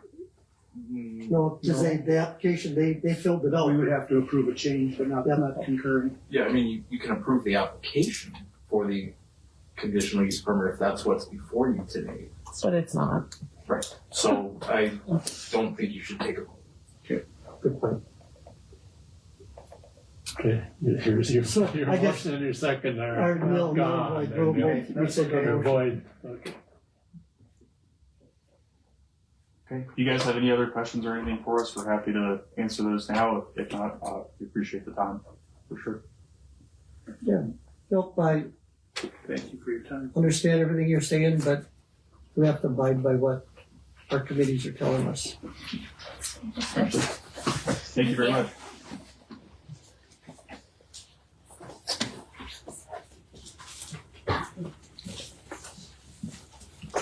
Okay. SIRN radio, Sheriff Department. We skipped a thing on there, but that's okay. Oh, what? The P&Z and weed board member discussion, but that's okay. We can do siren and then we can do that. It's fine. The sheriff's department is going to be needing to replace all of their radios. The state is changing their siren system, and once they complete that, they'll be flipping a switch and our sheriff's radios will be communicate with each other, but not with all the other radios in the state.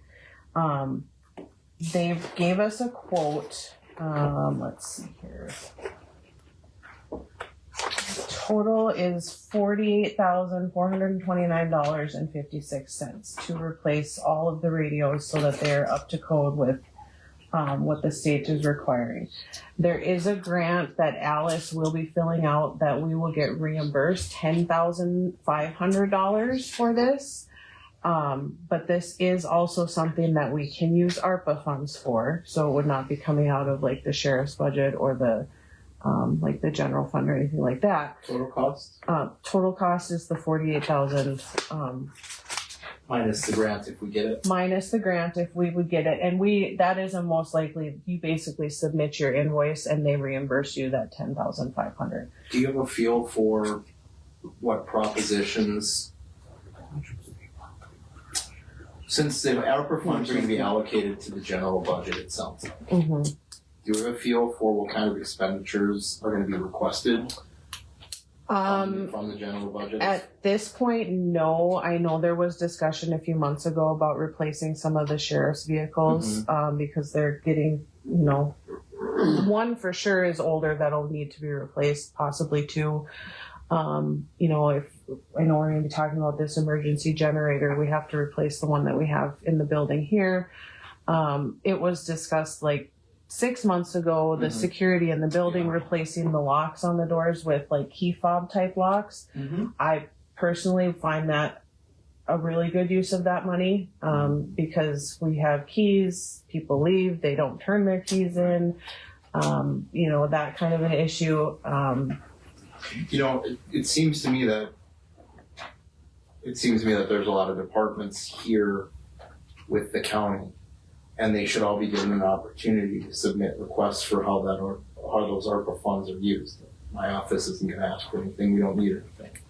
But there are others that do, and so do we have to allocate those funds for any specific purpose by the end of the year, or just that it's going to be revenue replacement?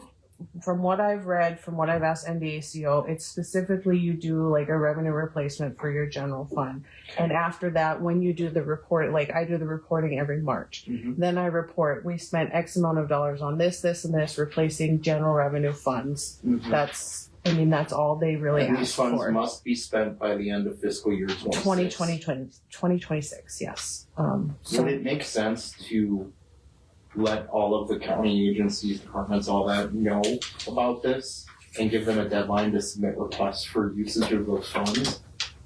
Because otherwise, every time we meet, right, it's going to be scattershot. Like, okay, we need to do a generator, we need to do security, right? And shouldn't all the county departments and agencies have an opportunity to submit a request? So it's done once a year? Yeah. Yeah. Totally unrelated from an L. I'm on the Napoleon Fire and Ambulance down there. So speaking to the grant money, I think that's due in March to apply for that. The reimbursement from the state. Yep, and they're working on it. Like our sheriff's department and our emergency manager are in process of applying for that, but we still need to make up the difference between. They told us it's like $1,500 per radio, and we have 10 that need to be replaced, so we'll get 10,500 back because that's all we're allowed. Do you know, is your fire and ambulance applying then also? I don't know. They're they totally separate from us, so they probably are applying, but like as far as our sheriffs, because it's a county thing, I don't know if they are. I'm assuming they are. They'll have to, I'm sure. They're aware of it. Okay, so they don't run past the deadline because we're up to the same thing, so. Yeah. I just want to make sure that the funds have to be spent by 2026. I want to make sure that we don't have to specifically allocate anything before the end of this month. No. When I went into our portal, I have forms that have deadlines of when I need to fill them out. There's nothing in there right now for ARPA, so. I think it would be wise to give agencies and departments a deadline early next year to submit their requests, just because it gives you time to consider them. We can then see, because I'm concerned that if they have various agencies or departments aren't aware of it, they may not do it, and then all of a sudden they have a need come up, and then that comes out of the general fund, as opposed to when we could have used that. prioritized different needs. Just a thought. Yep. And we do have that LATCF, which is essentially the same thing, but that, from what I found, does not have a deadline like ARPA, but it is money that can be used for pretty much anything in the county except for lobbying purposes. Is this always, if anybody in the county has, they know about it, or? No, probably not. I've never We're heard probably the about only it, ones so sitting right here that know about it. No, we've never done it that way because usually there's projects that come in like the sheriff's vehicles and they kind of get priority over anybody else in the building. So, that may be important, but I think that there's other projects that we shouldn't have to spend general funds on that we do need, but if we have that money available, we should be able to use it. Like the security, the locks on the doors. Yeah, That honestly, the security issue is huge. I really agree with that. That and is I'm a not big talking thing. about having cameras in every room. I'm talking about The locks on the doors, the access. And I know the sheriff's department feels the same. I don't want to speak for them, but I had this conversation with them. They brought it to the meeting, I think, a few months ago They with did. quotes on what it would cost to replace locks. But it with wasn't earth-shatteringly expensive. No. I was involved with the city back when we got them to do it because of the fitness center. So we went with the key code combination, just like a hotel or whatever, you swipe your card. And so I agree with that. I guess I really like the key card thing compared to the number pad. Well, we have the number pads on the back door, and from what I was told, those aren't necessarily made for those types of doors. No, we We're should making really do with replace what we those. have, but those for sure need to be I mean, everyone that's updated. ever worked here, that code hasn't changed. I think we switched it once in the 2 years that I've been here so far. With a key card, you can shut the cards off. That's what we do at the Yes. fitness center and Yep. the civic center. And I know it was talked about, the couple of companies that did come in to get like quotes for it.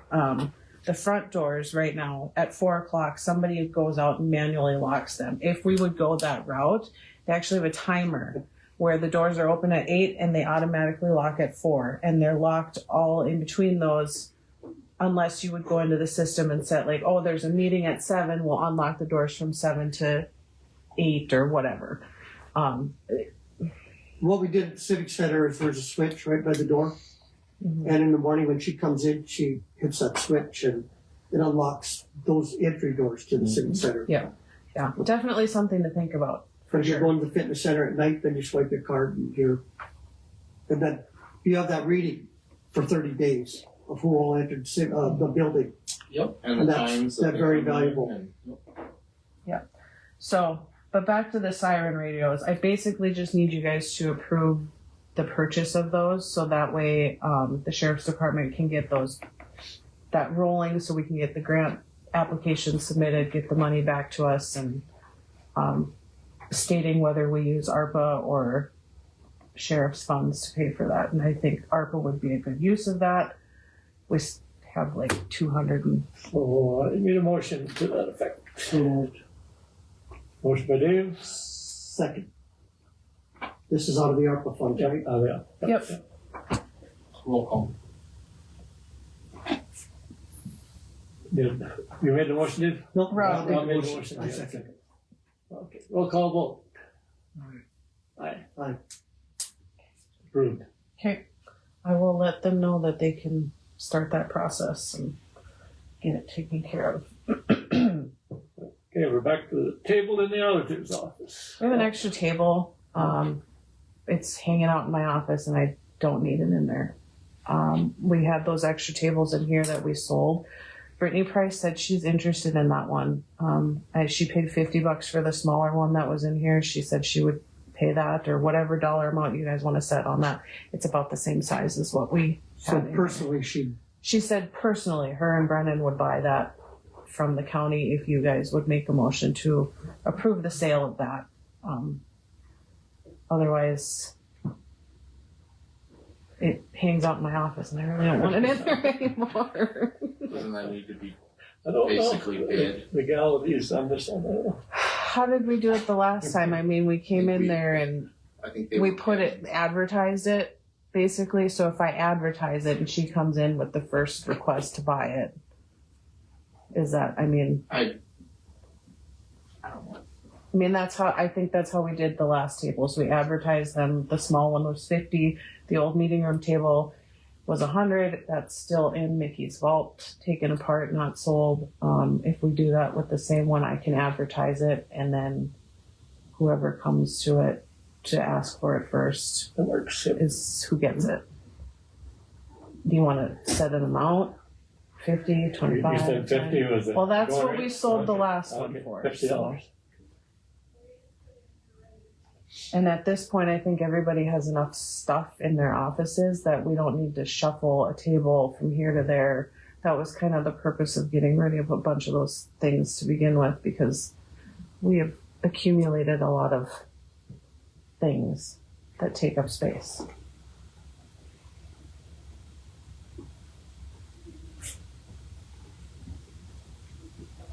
Okay. And the other thing, the weed board thing, I guess. Do we need a motion to that effect, though? Like to advertise? Yeah. Okay, can we do a motion first? Okay. Rob? I don't know if she got any more to, do you have any more to add to that planning and zoning weed board? Hold on, Yeah, I need a motion and a second for the table, please. Oh, I'll second. Okay, Sorry. thank you. I don't know if we did that for the last sale. Yeah, but- we did. We did. Okay, motion second, all in favor? Aye. Thank you. Going back to the planning and zoning and weed board, we have members that their terms end at the end of this month. All I wanted, planning and zoning, it's Randy Schmidt and Lonnie Hankey. I believe Randy has talked to Dave and said he's not interested in doing it again. Gary Price is interested, and Bob Bohr is also interested. Last year, we had 2 members that said they were interested in doing it again, and you as the commissioners at the time decided not to renew their terms and appointed 2 new people. So, I mean, that is your option. Bob Bohr came with interest last year as well. Gary Price said he's interested now. So we have 2 spots that are done at the end of this year for planning and zoning. That's the same with weed board. Linda and Dorothy Dewar, their terms are done at December. They both said they would do it again. I know there was some brief discussion about changing the size of the board, whether or not you do that, just, we don't have to make that decision today. I just want you to think about it. That'll be at the end of the year meeting when we do that. But I just wanted to let you know that for planning and zoning, we do have 2 names that are interested, and one for sure is not going to continue. Lonnie Hankey talked to me, he said he would do it again. Okay. Well, Randy, I had another discussion yesterday. He caught me here. He's definitely stepping down. He said he doesn't put the time into it that he thinks it deserves. And I like that opinion, because if you're not going to put the time in, why you on it? But Gary Price has talked to me twice now. He's definitely interested. He'd be the eastern part of the county, have a little more, we don't get a lot of interest anywhere in the county. Well, and Bob is out east too. He's kind of that southeast portion, southeast. and I know he has come. He came last year with interest in doing it too, and then he said he would be interested again this year if there's room for him on the board. And so you have a couple of options where we used to not have any names or any interest. So I think either is good. Either is good. Yep. So as the planning and zoning, whatever you want to call me, either is good with me. I think the board we have right now is starting to work fairly well together. Fairly well. Who's all on that? So let's see. We have Lonnie, who is our current chair. That'll obviously potentially change in January when we redo all of that. Linda Nelson, Jody Ranke, Bill Breimeyer, Randy, Cassie Smith, and Adam Vaughn. Who am I missing? Adam represents the city. Adam represents the city, yes. Who am I missing?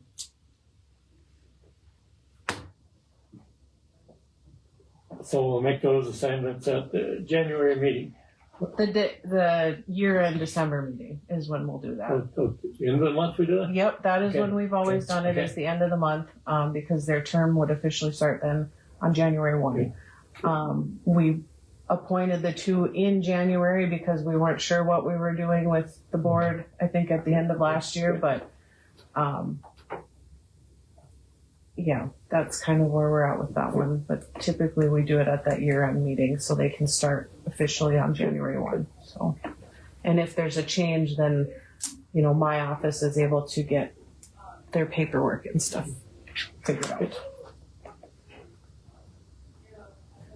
Okay, any more on that discussion? I don't think so. I mean, you guys can go home for 2 weeks and think about it and come back and we'll figure it out.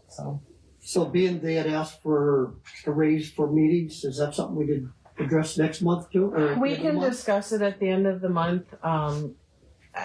If you want to do it that way, we'll have to amend the budget to reflect that change, that increase of how much we've allocated for the 2025. It's what is it now and what's the request? 45 and they're requesting $18 raise to 63.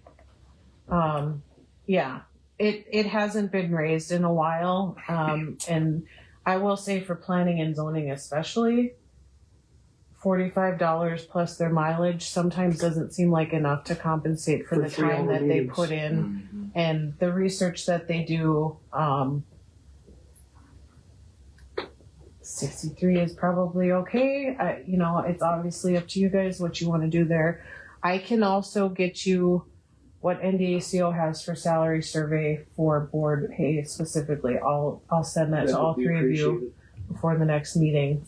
That way you can see what other counties are paying. I know from what I've asked, it is about that average 45 to 50, but like I said, there are some counties that do pay a little bit more. And some do pay different rates for their planning and zoning versus their weed board because one does more than the other as far as meetings and what they're dealing with. But I know we've always done the same rate here because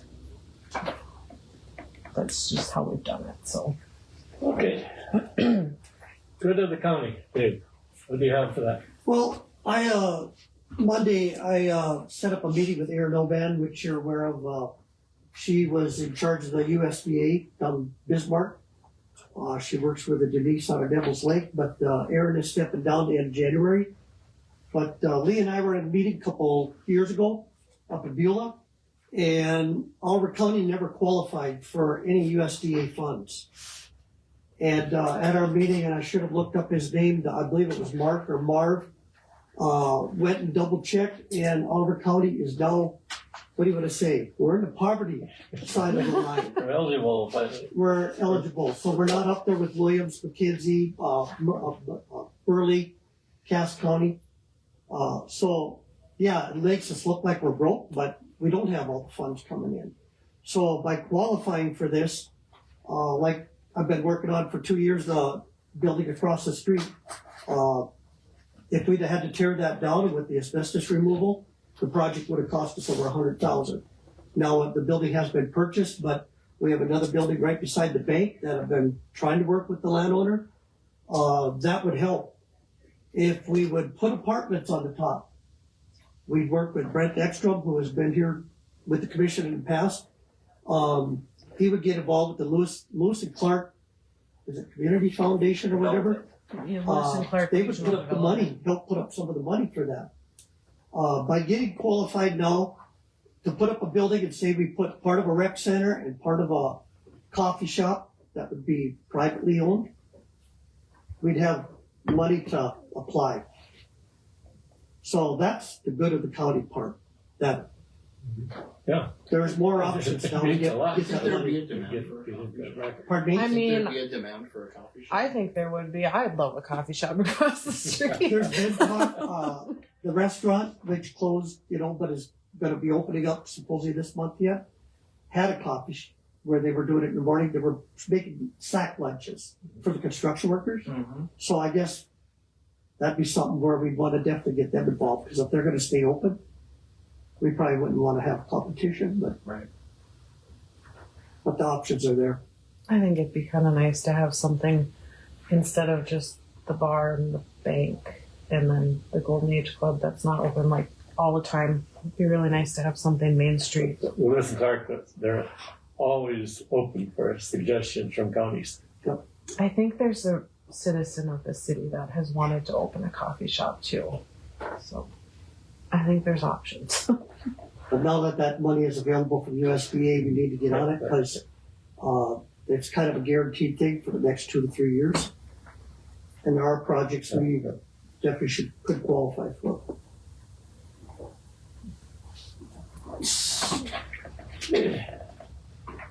More, Dave, on that? Well, and then the other thing would be, Alice had a meeting with Kyle, the road superintendent, a week ago or a week and a half ago. I think she should, and I'll contact her as far as meeting with the shop employees. And I'll be trying to meet with Kyle in the next week. I think I would suggest we all go through the shop building and look at it. It's in need of a lot of repair. And I think that's something we need to address, whether with this money that's available or whatever. And the shop would not qualify for USDA funds. But we have a lot of leakage down there between the 5 roll-up doors, the walk-in door. We're losing a lot of heat. We've got 3 heaters running, and then I'll be working with Daryl Berger. He had looked at it in the past. The shop building to the south right now is not heated or insulated or anything, but potentially moving the main shop over to there, which could cost a lot of money. But it's something I think we need to look at as being responsible. We've got a big shop building that is being heated and being wasted. Yep, I agree. Yeah. And I did meet with the 3 people that were down at the shop yesterday. Had a good 1-hour tour and looked at all the leaks. If you look out the north wall, there's 5 holes up there in the ceiling when they reach in it. Nobody's sure why the holes done that, but I guess that's something we have got to address. I guess that's about it for now. Okay, have we covered everything I on think the generator you want to talk about. The emergency generator that we have the next end of the building down here is totally antique, doesn't work. And we have a bid for a new one for about $35,000 out of Denny's Heating in Dickinson. For the approximately 33 to 38,000 in that range. They'll come in, remove the old one, and install the new one for about 35,000. And we may be able to get 25,000 from Next Era, because they want to put some money into the community. So we applied for the money that's going into their headquarters in Florida for a decision to be made. So we might get $25,000 from Next Era to help pay for that. So that's the status of our emergency generator. If everything goes well, we'll probably get it installed yet before Christmas. We won't know about the money probably till next year somewhere. That was bid at one time, Lee? Pardon me? That was bid at one time? Or is that just a proposal that they'd be? Blake did checking with a lot of the suppliers around the area. Bismarck, Mandan, Minot, Dickinson. And that was the best deal he could find. I'm sorry, could you say that number again? I know you said 25K from next year, but what was the total cost? About 35,000. I'm gonna see Yeah. Maybe we'll get it all paid for. Well, I guess I'm glad you're listening. on that behalf, I guess I have to commend what Minn Kota's done. You know, they donated $50,000 to the pool, which was done at one of these meetings. They've just recently put money into the football scoreboard. Minn Kota's been a very good as far as community support. So I guess they need to be committed to that, go back to Mac with that. That's a plus. Definitely need to thank them for that. Yep. It's unnecessary, but thank you. Appreciate it. Anybody else here want to give money? And that goes back to B&I also. B&I. They've been a very good supporter. Welcome at any time. They haven't given us 50,000 yet, but I'm sure Greg will take that back. So do we need to allocate the money for this then, or? No. Not yet, no. Okay.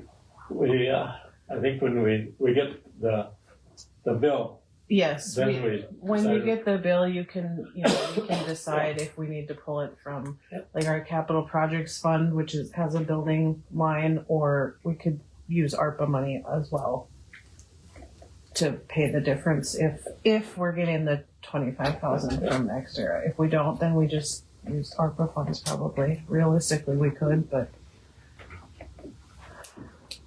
I think we had a motion sometime back to replace the generator. yes, we did. Yeah. Yep. So I think that part is taken care of. Yep. Yeah, that was a few meetings ago that we did that because that was talked about with when we had CISA came in and their security, cyber security and infrastructure security. They came in and did a walkthrough of the whole building and gave us suggestions on what we should update and change. And I'll get you guys a copy of that as well. The guy came in and he gave us a list of like the locks for the doors was one suggestion. He said, the generator needs to be updated. He said, what happens if you have this and you need to run that generator? And we're like, well, I don't know the last time that generator has been run. That doesn't kick on automatically once a month. No. The new ones do. This is an old one. Okay. No, I think Linda said when Bruce was still alive, he came in and would have to run it. So And that's new when the building got put up. after he passed away, I think it just stopped getting done. Yeah. The city just installed a new one and operated the way you said. I've been working with Luke from Great Plains Security as far as the Civic Center. Mhm.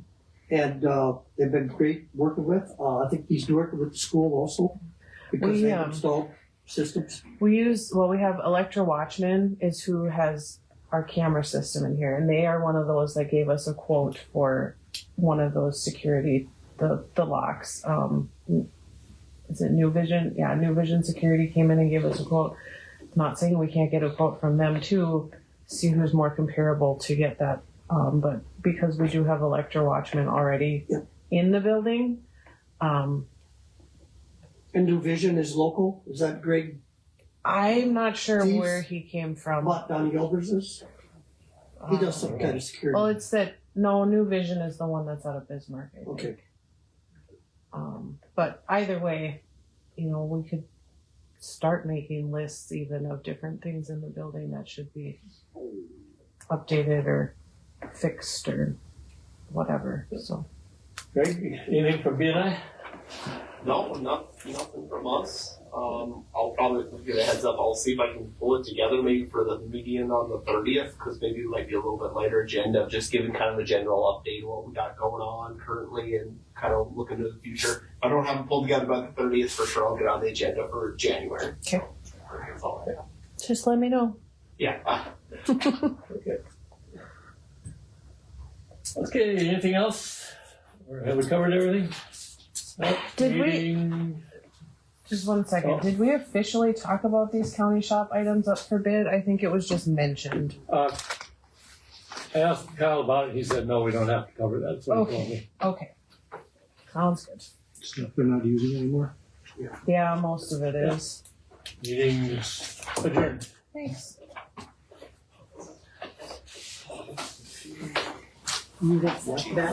Yeah. You want that? Hang on 2 seconds.